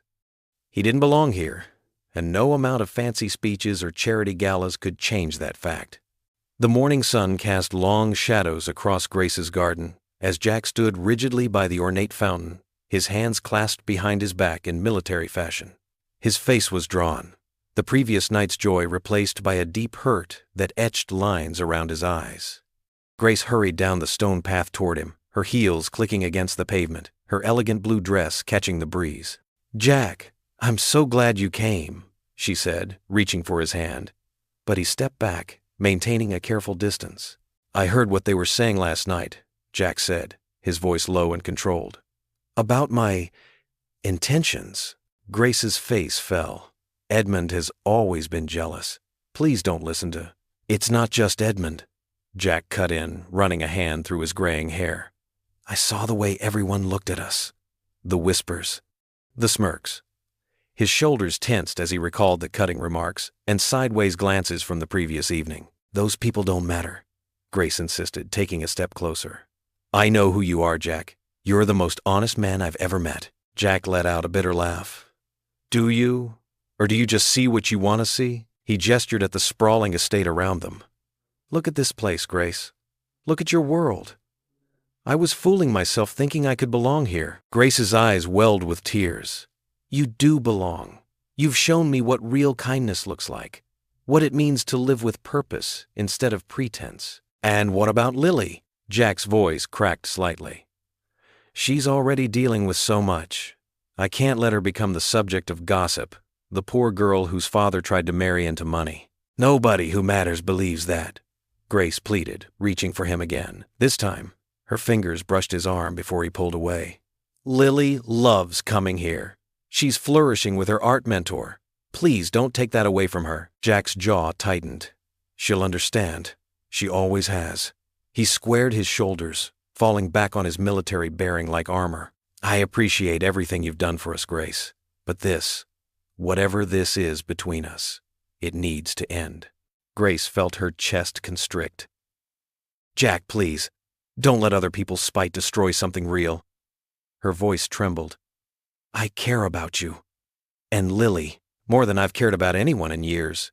"That's exactly the problem," Jack said quietly. "You care too much. You try to fix everything with your resources, your connections. But some things can't be fixed that way." He took a deep breath. "I need to protect my daughter. And my pride. It's all I have left." Grace stood there, tears now flowing freely down her cheeks. "Your pride?" she whispered. "Is that worth more than what we could have together?" Jack's expression softened for just a moment. revealing the pain beneath his stern exterior. Sometimes, protecting the people we love means walking away. He straightened his jacket, a simple garment that suddenly seemed to highlight the gulf between their worlds. "Goodbye, Grace." "Jack, wait!" Grace called after him. But he was already striding down the path toward the gate, his steps quick and purposeful. She watched him go, her heart shattering with each step he took. The garden that had been filled with possibility now felt empty and cold. The fountain's gentle splash seemed to mock the tears running down her face. Jack didn't look back as he passed through the wrought iron gates. His military training helped him maintain his composure until he reached his truck, parked discreetly around the corner. Once inside, he gripped the steering wheel until his knuckles turned white, fighting the urge to turn around. The drive home passed in a blur. Jack barely registered the familiar streets of his neighborhood, so different from Grace's manicured estate. He pulled into his modest driveway and sat there for a long moment, letting the engine idle before finally turning it off. Inside his small house, the silence was deafening. Family photos on the walls seemed to watch him. His late wife's smile, Lily's childhood grins, moments of simple happiness that had nothing to do with wealth or status. Jack sank into his worn armchair, the one he'd refused to let Grace replace with something newer. His phone buzzed with a message from Grace, but he couldn't bring himself to read it. Instead, he stared out the window at the gathering clouds, retreating into the familiar comfort of silence. It was better this way, he told himself. Better to end it now before they all got hurt even more. But the emptiness in his chest argued otherwise, and the memory of Grace's tears threatened to break through his carefully constructed walls. Jack closed his eyes, trying to convince himself he'd made the right choice. The silence of the house wrapped around him like a heavy blanket, offering no answers, only the cold comfort of solitude. 3 days crawled by like molasses in winter. Jack Turner threw himself into his work with desperate intensity, taking extra security shifts that left him bone-tired but not tired enough to forget. Each time his phone buzzed with Grace's name, he let it ring until silence filled his small apartment again. The familiar routine of uniform, thermos of coffee, and quiet walks to work became his shield against the ache in his chest. In his security booth at night, Jack found himself staring at his reflection in the dark window, seeing not just himself, but the ghost of hope that had briefly flickered in his life. His weathered hands gripped his coffee cup too tightly, and memories of Grace's warm smile at the gala haunted him. The whispers of the wealthy guests echoed in his mind. "Gold digger," they'd said, "taking advantage." Each word had been a paper cut to his pride. At home, he moved through the motions of daily life, like a man underwater. The small kitchen where he and Lily usually shared cheerful breakfasts now felt hollow. Even their morning conversations had dwindled to quiet "good mornings" and "see you laters." The walls of their modest apartment, once comfortable in their simplicity, now seemed to close in around him, reminding him of everything he couldn't provide. Meanwhile, across town in her sprawling estate, Grace Whitmore spent her evenings in her father's art gallery. She walked slowly past each painting, her fingers trailing along the gilt frames, but her eyes were distant. The collection that had once brought her comfort now felt like a museum of loneliness. Each evening she found herself pausing before the same landscape painting, a simple scene of a park at sunset, so similar to where she'd first met Jack. Her phone sat heavy in her hand, Jack's number unanswered on the screen. 20 calls, 20 moments of hope, 20 disappointments. The echoes of her heels on the marble floors seemed louder now, emphasizing the emptiness of her grand home. Even her garden, usually her sanctuary, offered no peace. The bench where she and Jack had shared conversations now stood as a monument to what she'd lost. "Morris," she called to her butler one evening, her voice tight with unshed tears, "would you mind bringing me some tea?" But when he delivered the steaming cup, she couldn't bring herself to drink it. Instead, she stared at her father's portrait, wondering if his legacy would forever poison her chances at happiness. On the third day, as afternoon sun streamed through the gallery windows, Grace heard unexpected footsteps. She turned to find Lily Turner standing in the doorway, looking small but determined in her school uniform. Her art portfolio clutched to her chest like armor. "Lily?" Grace's voice cracked with surprise. "Sweetheart, what are you doing here?" Lily stepped forward, her young face serious beyond her years. "I had to come. Dad's not himself anymore. He just works and sleeps, and when he thinks I'm not looking, he gets this look on his face like something's broken inside. Grace sank onto a nearby velvet bench, patting the space beside her. Lily sat down, her portfolio sliding to the floor, forgotten. "I've tried calling him," Grace said softly. "He won't answer." "It's not because he doesn't care," Lily burst out, turning to face Grace with fierce conviction. "It's because he cares too much. I hear him at night sometimes, pacing in the living room. He looks at your number on his phone when he thinks I'm not watching." Grace's hands trembled slightly in her lap. "The things people said at the gala." "Dad's proud," Lily interrupted, her voice thick with emotion. "Maybe too proud sometimes. But Miss Whitmore, I've never seen him look at anyone the way he looks at you." "Not since Mom died." She paused, blinking back tears. "He's scared, though. Scared he'll never be enough in your world." Grace reached out and took Lily's hand, feeling its slight tremor. The girl's words struck deep in her heart, cutting through the fog of her own pain. "Your father is more than enough," she whispered. "He made me feel safe and seen in a way no one in my world ever has." Lily squeezed her hand back. "Then don't give up on him, please." Her young face was earnest, hope shining in her eyes. "He taught me that anything worth having is worth fighting for. Maybe you could show him the same thing?" Grace looked down at their clasped hands, her manicured fingers intertwined with Lily's paint-stained ones. In that moment, she felt something settle in her heart, a determination taking root. This wasn't just about her and Jack anymore. It was about this remarkable young woman who believed in love enough to bridge their worlds. It was about the family they could be, if only pride and fear could be overcome. "You're right," Grace said, pulling Lily into a gentle hug. She breathed in the faint scent of acrylic paint and teenage shampoo, feeling the girl's shoulders relax against her. "I won't give up on him, on any of this." When they pulled apart, Lily's smile was watery but real. Outside, the afternoon light had softened to gold, painting the gallery in warm hues that seemed to promise hope. Grace held on to Lily's hand, drawing strength from its simple warmth, knowing that sometimes love required not just an open heart, but the courage to fight for what mattered most. The moon cast long shadows across Grace Whitmore's estate as she sat in her study, staring at the family portrait above the fireplace. Her father's stern face looked down at her, a reminder of all the secrets and pain his legacy had brought. The house felt especially empty tonight, with only the tick-tock of the grandfather clock keeping her company. A sharp crack echoed through the halls. Grace's head snapped up, her heart suddenly pounding. That sound, it came from the back door. Her hands trembled as she reached for her phone, but she forced herself to stay quiet, to listen. Another crack, louder this time. Then the unmistakable sound of splintering wood. They were breaking in. Grace slipped off her heels, moving as silently as possible toward the study door. Her bare feet made no sound on the polished hardwood floors. Through the crack in the doorway, she caught a glimpse of shadows moving in the hallway, 2 men, their faces hidden behind dark masks. The same masks from the park. "Check upstairs," one of them growled.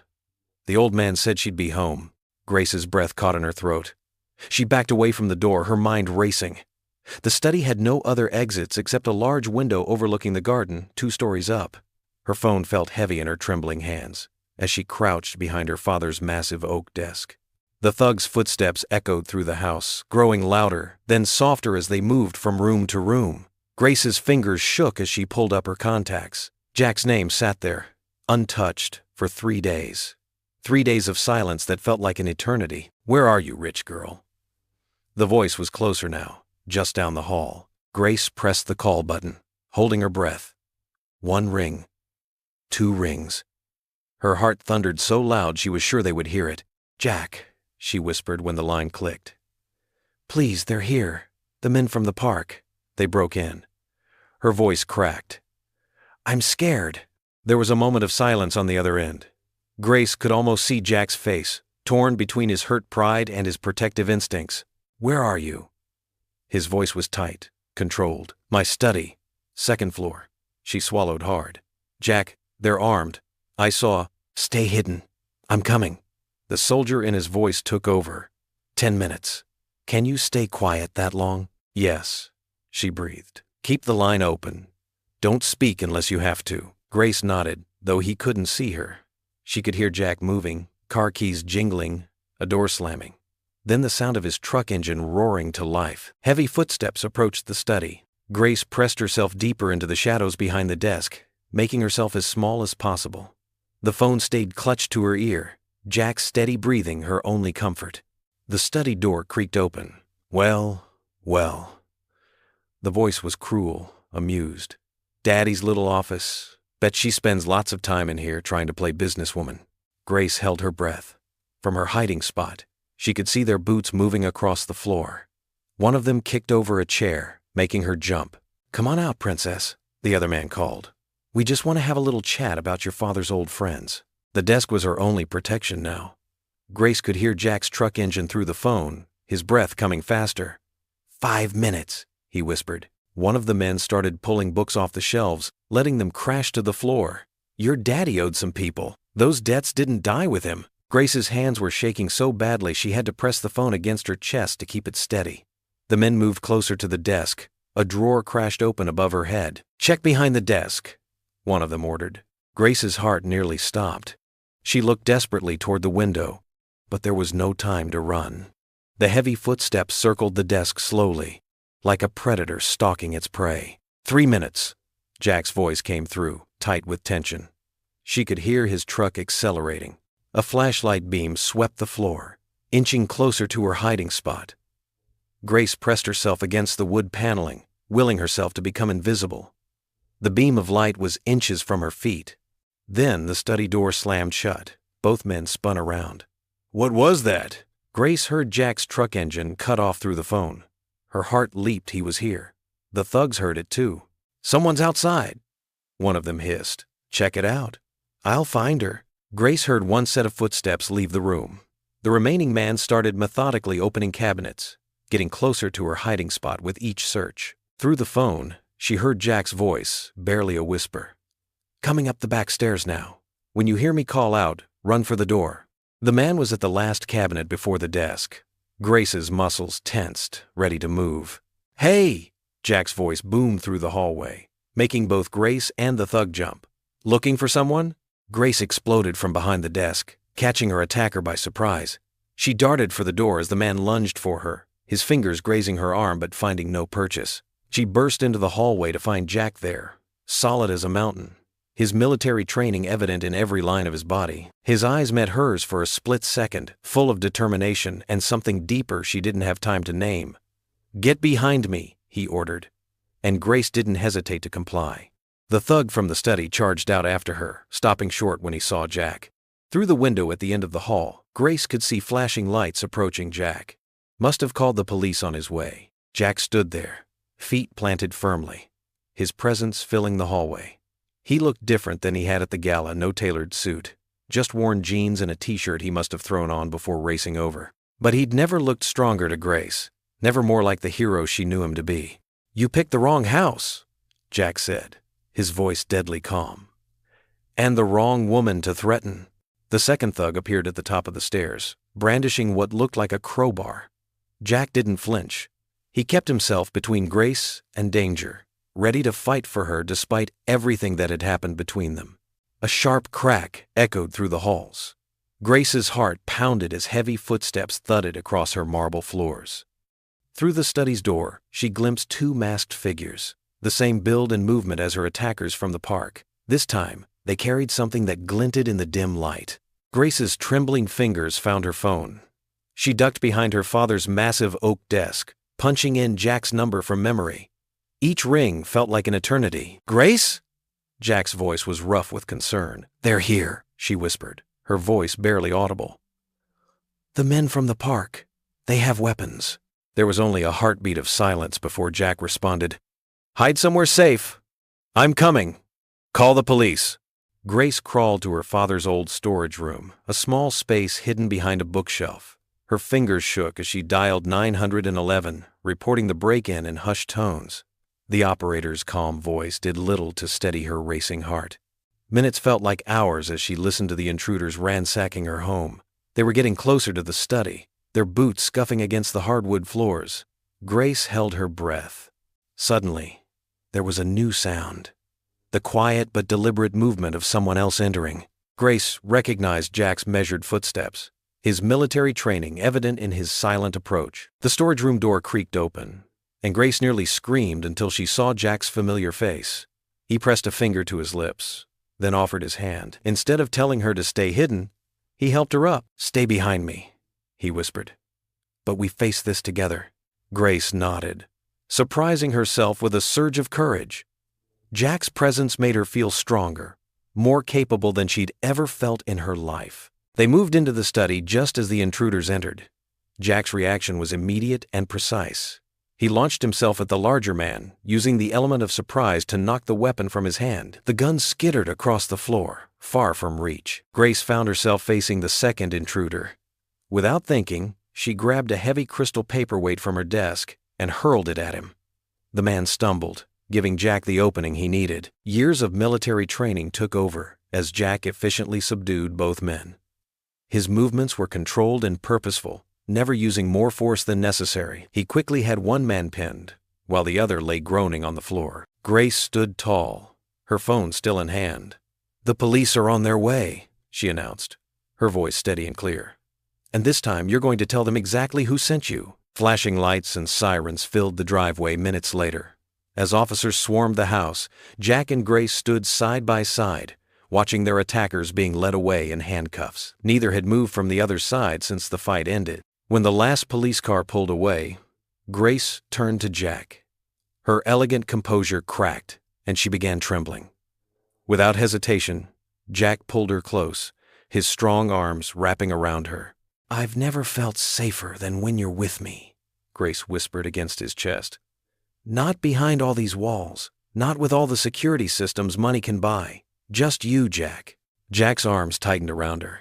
The simple truth of her words cut through all his doubts and fears. He'd been so worried about their different worlds, about what people might think or say. But holding her now, knowing he'd nearly lost her, none of that mattered anymore. "I tried to stay away," he said softly, his voice rough with emotion. "I thought I was protecting both of us, you from scandal, me from heartbreak. But tonight," he pulled back just enough to look into her eyes. "Tonight made me realize something." Grace looked up at him, her eyes bright with unshed tears. "What?" "That I can't keep denying how I feel about you. These past few days without you have been empty. When you called tonight, nothing else mattered except getting to you. Not my pride, not what anyone might say." Grace's hands tightened on his shirt, and fresh tears spilled down her cheeks. But for the first time in days, they were tears of relief, of joy. They stood there in her ransacked study, holding each other, neither willing to let go. The grandfather clock chimed midnight, its familiar sound somehow making the moment more real. They had faced danger together and come out stronger. Jack's military training had protected them, but it was Grace's courage that had truly impressed him. She hadn't hidden or cowered. She had stood beside him, faced their attackers together. He touched her cheek gently, wiping away a tear with his thumb. The simple gesture held more tenderness than any words could express. In that moment, all his carefully constructed walls crumbled. He couldn't fight his feelings anymore. Didn't want to. Whatever challenges lay ahead, they would face them together. Red and blue lights flashed across Grace's manicured lawn as the last police car pulled away from the estate. The night air held a lingering chill, and the grand foyer felt emptier than ever as Grace sank into her father's old leather armchair. Jack stood by the window, his military training still evident in his alert posture, watching until the patrol car's taillights disappeared around the corner. The silence between them felt heavy with unspoken words. Grace pulled her cardigan tighter around her shoulders, more for comfort than warmth. The marble floors still bore scuff marks from the struggle, a reminder of how differently this night could have ended. "Thank you," Grace said softly, breaking the quiet. "For coming when I called?" Jack turned from the window, his features softening as he looked at her. "I'll always come when you need me, Grace." She noticed he'd gotten a small cut above his eyebrow during the fight. Without thinking, she rose and stepped closer, reaching up to touch the wound. Jack caught her hand gently, but didn't let go. "I should have been here all along," he said, his voice rough with emotion. "These past few days, staying away, I was wrong." Grace felt tears prick at her corners of her eyes. "Why did you leave, Jack?" "Really?" He released her hand and moved to sit on the leather sofa across from her chair. Running a hand through his gray-flecked hair, he looked more vulnerable than she'd ever seen him. "Because I was afraid," he admitted, the words seeming to cost him. "Not of those men, or even of your cousin's rumors. I was afraid of not being enough." Grace leaned forward, her heart aching. "Enough for what?" "For this world of yours." He gestured at the grand room around them. "For you. I'm just a security guard, Grace. A widowed veteran raising his daughter on overtime pay and prayers. Your friends at that gala, they looked at me like I was the help." "Jack Turner," Grace said firmly, moving to sit beside him on the sofa. "Do you think any of those people would have rushed here tonight to protect me? Do you think their bank accounts or social connections would have meant anything against those men?" He met her eyes, and she saw the pride warring with his insecurity. "When I first met you in that park," Grace continued, her voice softening, "you didn't see an Heiress or a Whitmore. You saw someone who needed help, and you acted without hesitation. That's who you are, Jack. That's what I—" She paused, gathering courage. "That's what I fell in love with." Jack's breath caught audibly. His hands, calloused from years of work, found hers. "Grace, let me finish," she said gently. "This house, my father's money, the galas and charity events, none of it matters. Do you know when I've been happiest these past few months? At your church picnic, watching you teach the kids how to grill hot dogs? Having coffee with you at that tiny diner where everyone knows your name? Seeing how proud you are of Lily, how you've raised her to be such an amazing young woman." Tears spilled down her cheeks now, but she didn't wipe them away. "I don't want my world, Jack. I want yours. I want simple breakfasts and weekend barbecues and a love that's real. I want you." Jack's eyes glistened as he reached up to brush away her tears with his thumb. His touch was gentle, reverent almost, as if he couldn't quite believe she was real. "I love you, Grace Whitmore," he said, his voice thick with emotion. "I think I have since that first night when you insisted on making sure Lily and I got home safe. You looked at us like we mattered." "You do matter," she whispered, "more than anything." Jack pulled her into his arms then, and Grace melted into his embrace. She felt his strength, his warmth, the steady beat of his heart against her cheek. His hand cradled the back of her head as she clung to him, finally home in a way her mansion had never provided. "I'm not going anywhere," he murmured into her hair. "Not ever again." Grace lifted her face to his, seeing in his eyes all the love she'd been searching for her entire life. When their lips met, it felt like coming home, like every wrong turn had led them exactly where they were meant to be. The mahogany boardroom doors swung open as Grace strode in, her heels clicking purposefully against the polished floor. The morning sun streamed through tall windows, casting long shadows across the faces of the Whitmore Corporation's board members. Edmund sat at the head of the table, a practiced smile plastered on his face that didn't reach his cold eyes. "Well, if it isn't our dear Grace," Edmund drawled, his voice dripping with fake warmth. "We were just discussing the recent, unfortunate events at your estate." Jack stood quietly in the corner, having insisted on being present after the break-in. His military bearing was evident in his straight posture, but he remained a respectful observer. This was Grace's battle to fight. Grace placed her leather portfolio on the table with deliberate care. "Yes, Edmund, let's talk about unfortunate events." Her voice was steady, carrying none of the tremors that usually plagued her during confrontations. "Like how you've been spreading lies about Jack Turner, the man who saved my life, twice." Edmund's smile faltered slightly. "My dear cousin, I was merely expressing concern about your associations." "No." Grace's palm hit the table, making several board members jump. "You were trying to manipulate me, just like you've done for years, just like you did with Father's business partners." She pulled out several documents from her portfolio, sliding them across the gleaming table surface. "These are records of your private meetings with the same men who attacked me, bank transfers, written correspondence." The color drained from Edmund's face as the board members began picking up the papers, murmuring among themselves. "You orchestrated both attacks," Grace continued, her voice growing stronger. "You wanted to frighten me into selling my shares, thinking I'd run away from my responsibilities." She turned to address the entire board. "My cousin has been embezzling funds for years, hiding it behind charitable donations that never reached their destinations. Edmund shot to his feet, his chair scraping against the floor. "These are absurd accusations! You can't possibly believe." "The police have copies of everything," Grace cut him off. "As does the SEC. Your games are over, Edmund." The boardroom erupted in chaos. Several members started making urgent phone calls, while others demanded immediate explanations from Edmund, who had gone deathly pale. Grace remained standing, her shoulders straight, as she watched her cousin's carefully constructed facade crumble. "I'm not the naive little girl you could bully anymore. I've learned what real strength looks like." Her eyes briefly met Jack's, drawing courage from his steady presence. "This company was built on my father's dream of helping people." Grace addressed the board. "Edmund corrupted that dream with greed and manipulation. As majority shareholder, I'm calling for an immediate vote to remove him from his position." Edmund's face contorted with rage.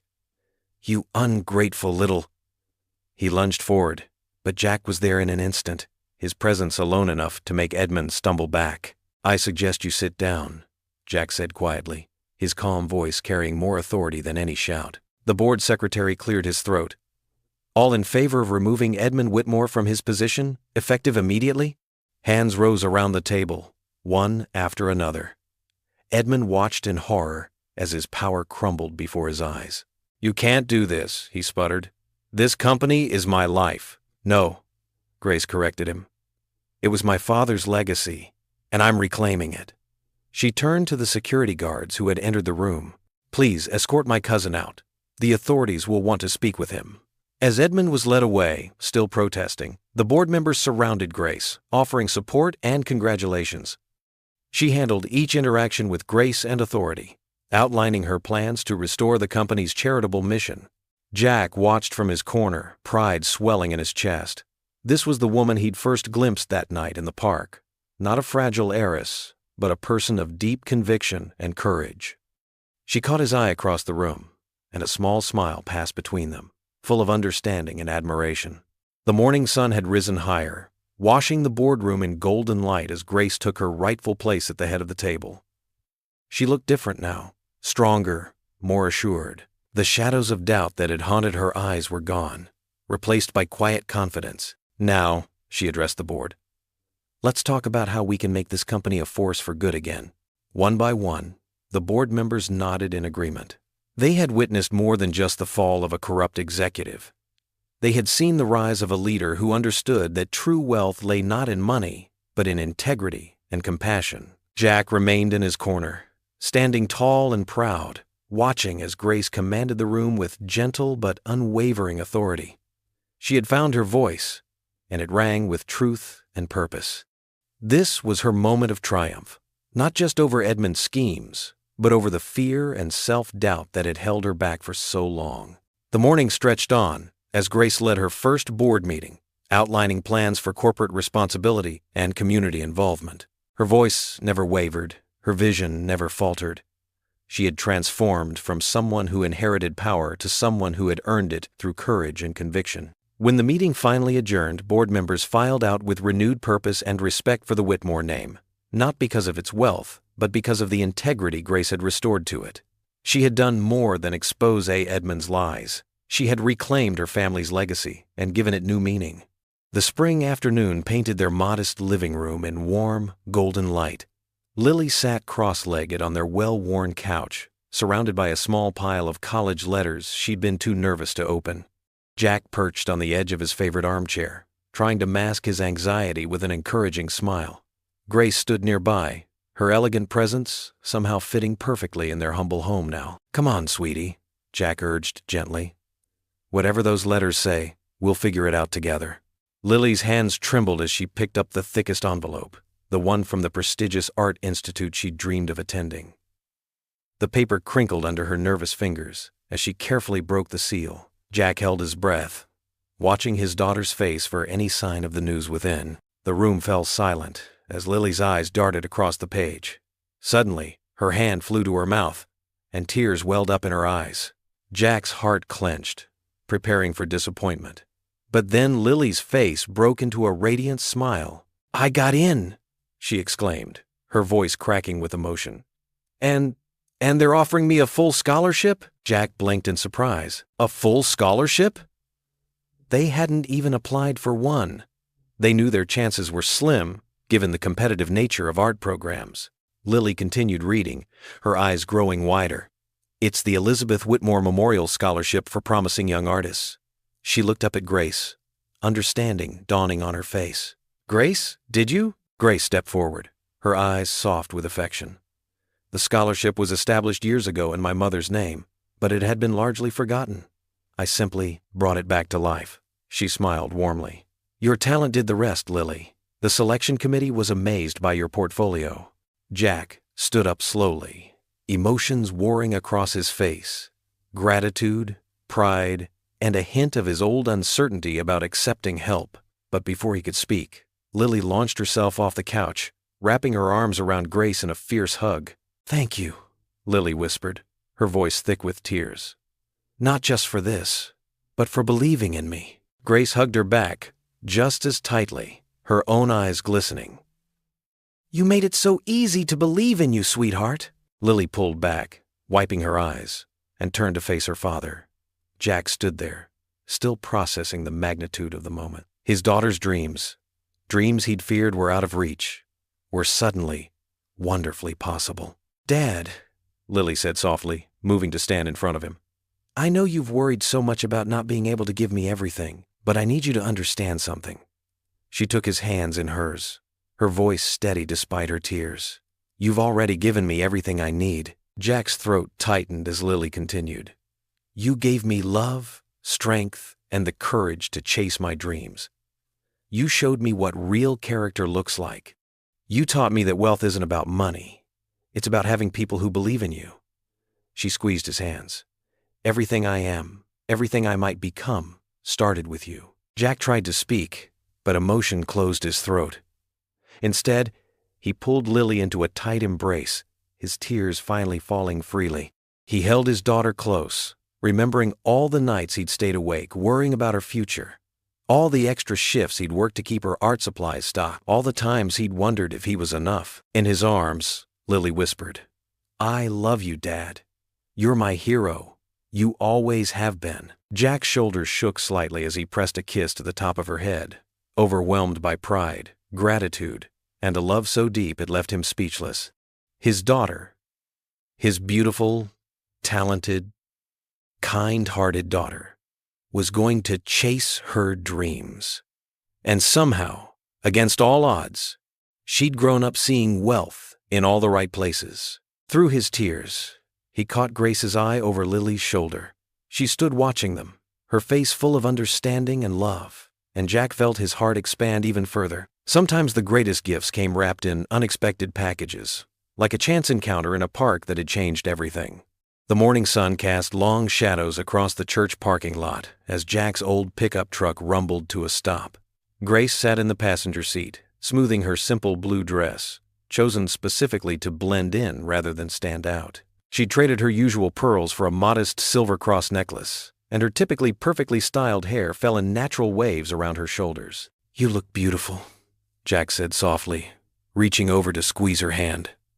Just be yourself. These are good people. Lily hopped out of the back seat, her floral sundress swishing around her knees. Everyone's going to love you, Grace.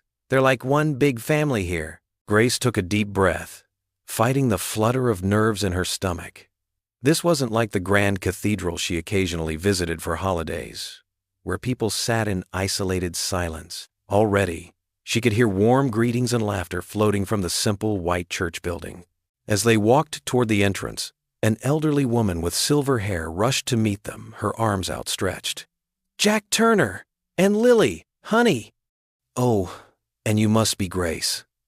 Her kind eyes crinkled at the corners as she pulled Grace into an unexpected hug. I'm Martha. We've heard so much about you. Grace felt her tension begin to melt away as Martha linked their arms together, guiding her toward the church doors. Come on in, dear. We've got coffee and donuts in the fellowship hall before service. Inside, the wooden pews gleamed with decades of loving care. Sunlight streamed through stained glass windows, casting rainbow patterns across the worn carpet. Children darted between the aisles while their parents chatted in small groups. A tall man in coveralls approached them, wiping his hands on a handkerchief. Jack, good to see you, brother. He embraced Jack warmly before turning to Grace. I'm Tom, the mechanic down on 5th Street. Welcome to our little church family. One by one, people came to greet them. A young mother with a baby on her hip, an elderly gentleman using a cane, a group of teenagers who clearly adored Lily. Each one welcomed Grace with genuine warmth, asking about her interests, telling funny stories about Jack, making her feel like she'd known them for years. Sarah makes the best apple pie you've ever tasted, Jack explained as a woman pressed a piece into Grace's hands. And Bill here helped me fix my roof last summer. Grace watched in amazement as Jack transformed among his church family. The quiet, reserved man she knew became animated, laughing freely, clapping shoulders, accepting and giving hugs. This was his element, a place where status didn't matter, where authenticity reigned. As they settled into a pew, Lily between them, the pianist began playing familiar hymns.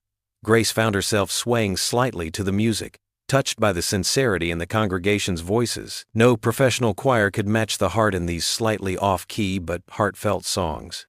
During prayer time, people shared their joys and concerns openly. A teenager's college acceptance, a neighbor's illness, a new baby on the way. Grace listened, moved by how deeply they cared for each other's lives. The pastor, wearing a simple suit and kind smile, delivered a sermon about community and acceptance. His words weren't polished or pretentious, but they reached straight to Grace's heart. She found herself nodding along, understanding in a new way what it meant to belong somewhere. After the service, they gathered in the fellowship hall for lunch, a potluck spread across folding tables. Paper plates and plastic utensils replaced fine china, but the food was made with love. Grace sampled everything from Martha's famous chicken casserole to Tom's wife's chocolate chip cookies. Try the green bean casserole, Jack urged, piling more food on her plate. Miss Ruby's been making it the same way for 40 years. Grace watched as Lily joined her friends at a table, their laughter echoing across the room. Children played tag between the tables while their parents talked. An elderly couple held hands as they shared a piece of pie. Jack's arm slipped around her waist, steady and sure. In front of everyone, he held her close, no hiding, no pretense. The gesture said clearly, "This is where we belong, together." Martha stopped by their table, beaming. "Grace, honey, we'd love to have you join the Wednesday night women's group, and the Fall Festival Planning Committee could use your organizational skills." "I'd like that," Grace replied, surprised to find she truly meant it. As the afternoon wore on, Grace found herself deep in conversation with Sarah about her work at the local shelter. Tom's wife Mary showed her photos of her grandchildren. The teenager who played piano asked if Grace would help with the Christmas program. They weren't trying to impress her or gain anything. They simply welcomed her into their circle, offering friendship freely. Jack watched her throughout the day, his eyes soft with understanding. As the crowd began to thin, he pulled her close again. "Thank you for coming today," he murmured. "I should be thanking you," Grace replied, leaning into his strength. "I've never experienced anything quite like this." The late afternoon sun slanted through the windows as they helped clean up, working alongside their new friends. Grace found herself humming one of the hymns as she stacked chairs with Martha. Jack caught her eye across the room, and in that moment, she saw all the love and certainty in his gaze. He made his way to her side, taking her hand in his as naturally as breathing. "This feels like home again," he whispered, his voice thick with emotion. The autumn evening painted the city park in gentle shades of amber and gold. Fallen leaves crunched softly beneath their feet as Jack and Grace walked hand in hand along the winding path. The setting sun cast long shadows through the trees, and a cool breeze carried the sweet scent of late-blooming flowers. Grace squeezed Jack's hand, remembering the night that had changed everything. "It feels like yesterday," she said, glancing at the spot where he had come to her rescue. "Who would have thought a mugging could lead to this?" Jack's thumb traced circles on her palm, his touch warm and reassuring. "I almost walked a different way that night," he admitted. "But something told me to take this path." He smiled, the corners of his eyes crinkling. "Now I know it was God's plan all along." They paused near a wrought iron bench, and Grace noticed Jack's hand trembling slightly. His other hand kept touching the pocket of his worn leather jacket, a nervous gesture she'd never seen before. "You okay?" she asked, concerned. You seem a little distracted tonight. Jack cleared his throat. Just thinking about how much has changed. He guided her to the bench, and they sat together, watching the last rays of sunlight filter through the trees. A year ago, I thought I had it all figured out. Work my security job, raise Lily, keep my head down. I never expected. Grace leaned against his shoulder, breathing in the familiar scent of his aftershave mixed with the crisp evening air. Neither did I. All that wealth, and I was so lonely until you showed me what really matters. A streetlight flickered on above them, casting a warm glow that reminded Grace of that first night. She could still feel the terror of the attack, but more vividly, she remembered the strength and kindness in Jack's eyes when he helped her up. Jack shifted on the bench, turning to face her. His expression was serious, almost solemn, but his eyes sparkled with emotion. Grace, he began, his voice rough with feeling. You know I'm not a man of fancy words or grand gestures. Those aren't the things I love about you, she said softly. He smiled, reaching into his pocket. When Sarah died, I thought that part of my life was over. I focused everything on Lily, on surviving. His hand emerged holding a small velvet box, worn at the edges. But you taught me that love isn't something you find just once. Sometimes it finds you again, when you least expect it. Grace's breath caught in her throat as Jack slid off the bench and knelt before her. Her hands flew to her mouth, tears already welling in her eyes. This isn't a fancy ring, he said, opening the box to reveal a simple silver band with a modest diamond. It was my grandmother's. She was a cleaning lady who worked hard her whole life, but she and my grandfather had the strongest love I've ever known. Grace's vision blurred with tears as she looked at the ring, more beautiful to her than any of the expensive jewelry she owned. You could have anyone, Grace. Someone from your world, someone with wealth and status. Jack's voice wavered slightly. But you chose to love a simple security guard and his daughter. You showed me that true worth isn't in bank accounts or fancy houses. It's in the heart. A tear rolled down Grace's cheek as Jack took her hand in his. His rough, work-worn fingers were gentle against her skin. I can't offer you a mansion or a life of luxury, he continued. But I can promise you this. I'll love you with everything I have, every day of my life. I'll stand beside you through whatever comes our way. He swallowed hard. Grace Whitmore, will you walk life's journey with me? Will you marry me? Grace's heart felt so full it might burst. She looked at this man, this wonderful, honest, loving man, and saw everything she'd ever wanted. Not the polished suitors her family had paraded before her, but a real partner. Someone who loved her for herself, who had taught her the joy of simple pleasures and true connection. Yes, she whispered through her tears. Then louder, yes, Jack Turner. 1,000 times yes. His hands shook slightly as he slipped the ring onto her finger. It fit perfectly, as if it had been waiting all these years for her. Grace stared at it, overwhelmed by its simple beauty and all it represented. Jack rose from his knee, pulling her up with him. The streetlight cast a gentle glow around them, just like that first night. But now, instead of fear and uncertainty, the air was filled with love and promise. They came together beneath the light, and when their lips met, it felt like coming home. Jack's arms wrapped around her waist, and Grace's hands found their way to his shoulders. The kiss was tender and deep, carrying all the words they didn't need to say. When they finally parted, Jack rested his forehead against hers. I love you, Grace, he whispered, his voice thick with emotion. I love you too, she replied, feeling the weight of his grandmother's ring on her finger. A perfect circle of past and present, of simplicity and depth, of a love that had found them both when they least expected it. The streetlight continued to shine down on them as they held each other close, their shadows merging into one on the path where their story had begun. The late summer sun cast a warm glow over Jack's modest backyard, now transformed into a festive gathering space. Paper lanterns swayed gently in the breeze, strung between trees that had witnessed countless Turner family moments. Folding tables draped in white cloths dotted the lawn, laden with potluck dishes brought by neighbors and church friends. Mrs. Rodriguez from next door arranged her famous empanadas on a platter while chatting with Mr. Chen, who owned the corner grocery store. They mingled easily with Grace's reformed business associates, who had chosen loyalty to her over Edmund's corruption. The blend of worlds that had once seemed impossible now felt natural. like pieces of a puzzle finally falling into place. Jack stood at the grill, spatula in hand, wearing the world's best dad apron Lily had given him years ago. His face glowed with contentment as he flipped burgers, occasionally stealing glances at Grace, who moved through the crowd with effortless grace. She wore a simple sundress, her elegance showing in her warm smile rather than designer labels. "Need any help there, soldier?" Grace teased, sliding next to him and bumping his hip playfully with hers. "Ma'am, I believe I have this situation under control," he replied with a wink, wrapping his free arm around her waist. Pastor Mike from their church raised his glass of lemonade. "To think I almost missed officiating the wedding of the year because I thought Jack would never ask anyone out again." Laughter rippled through the gathering. Even Jack chuckled, remembering his stubborn resistance to love. How different things looked now, surrounded by this unlikely family they'd built together. Children from the neighborhood played tag around the yard, their shrieks of delight mixing with the gentle hum of conversation.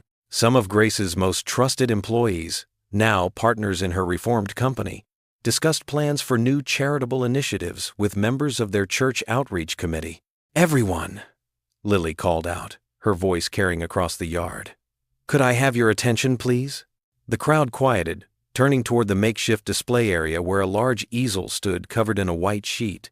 Lily's hands fidgeted with the edge of her artist's smock, but her eyes shone with confidence. "As most of you know, I've been working on something special for my first real gallery showing next month," she began. "But I wanted you all to see it first, especially Dad and Grace." Jack moved closer, placing the spatula down and wiping his hands on his apron.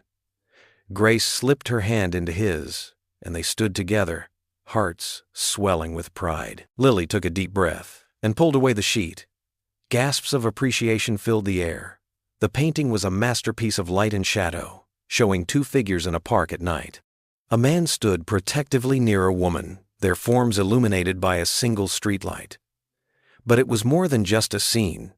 It captured a moment of destiny. The brushstrokes swirled with energy and hope, suggesting the beginning of something profound. "I call it the night love found its way," Lily announced, her voice thick with emotion. "Because that's what happened when Dad saved Grace. Love found its way to all of us." Grace pressed her hand to her mouth, tears welling in her eyes. Jack stood straighter, his chest tight with emotion as he looked at his daughter's talent made manifest. "The technique is something my mentor helped me develop," Lily continued, gesturing to the art professor Grace had introduced her to.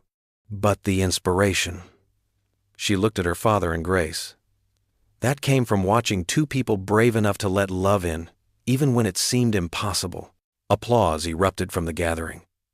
Mrs. Rodriguez wiped her eyes with her apron, and even some of Grace's business associates seemed moved by the raw emotion captured in the painting. Jack stepped forward, pulling Lily into a tight hug.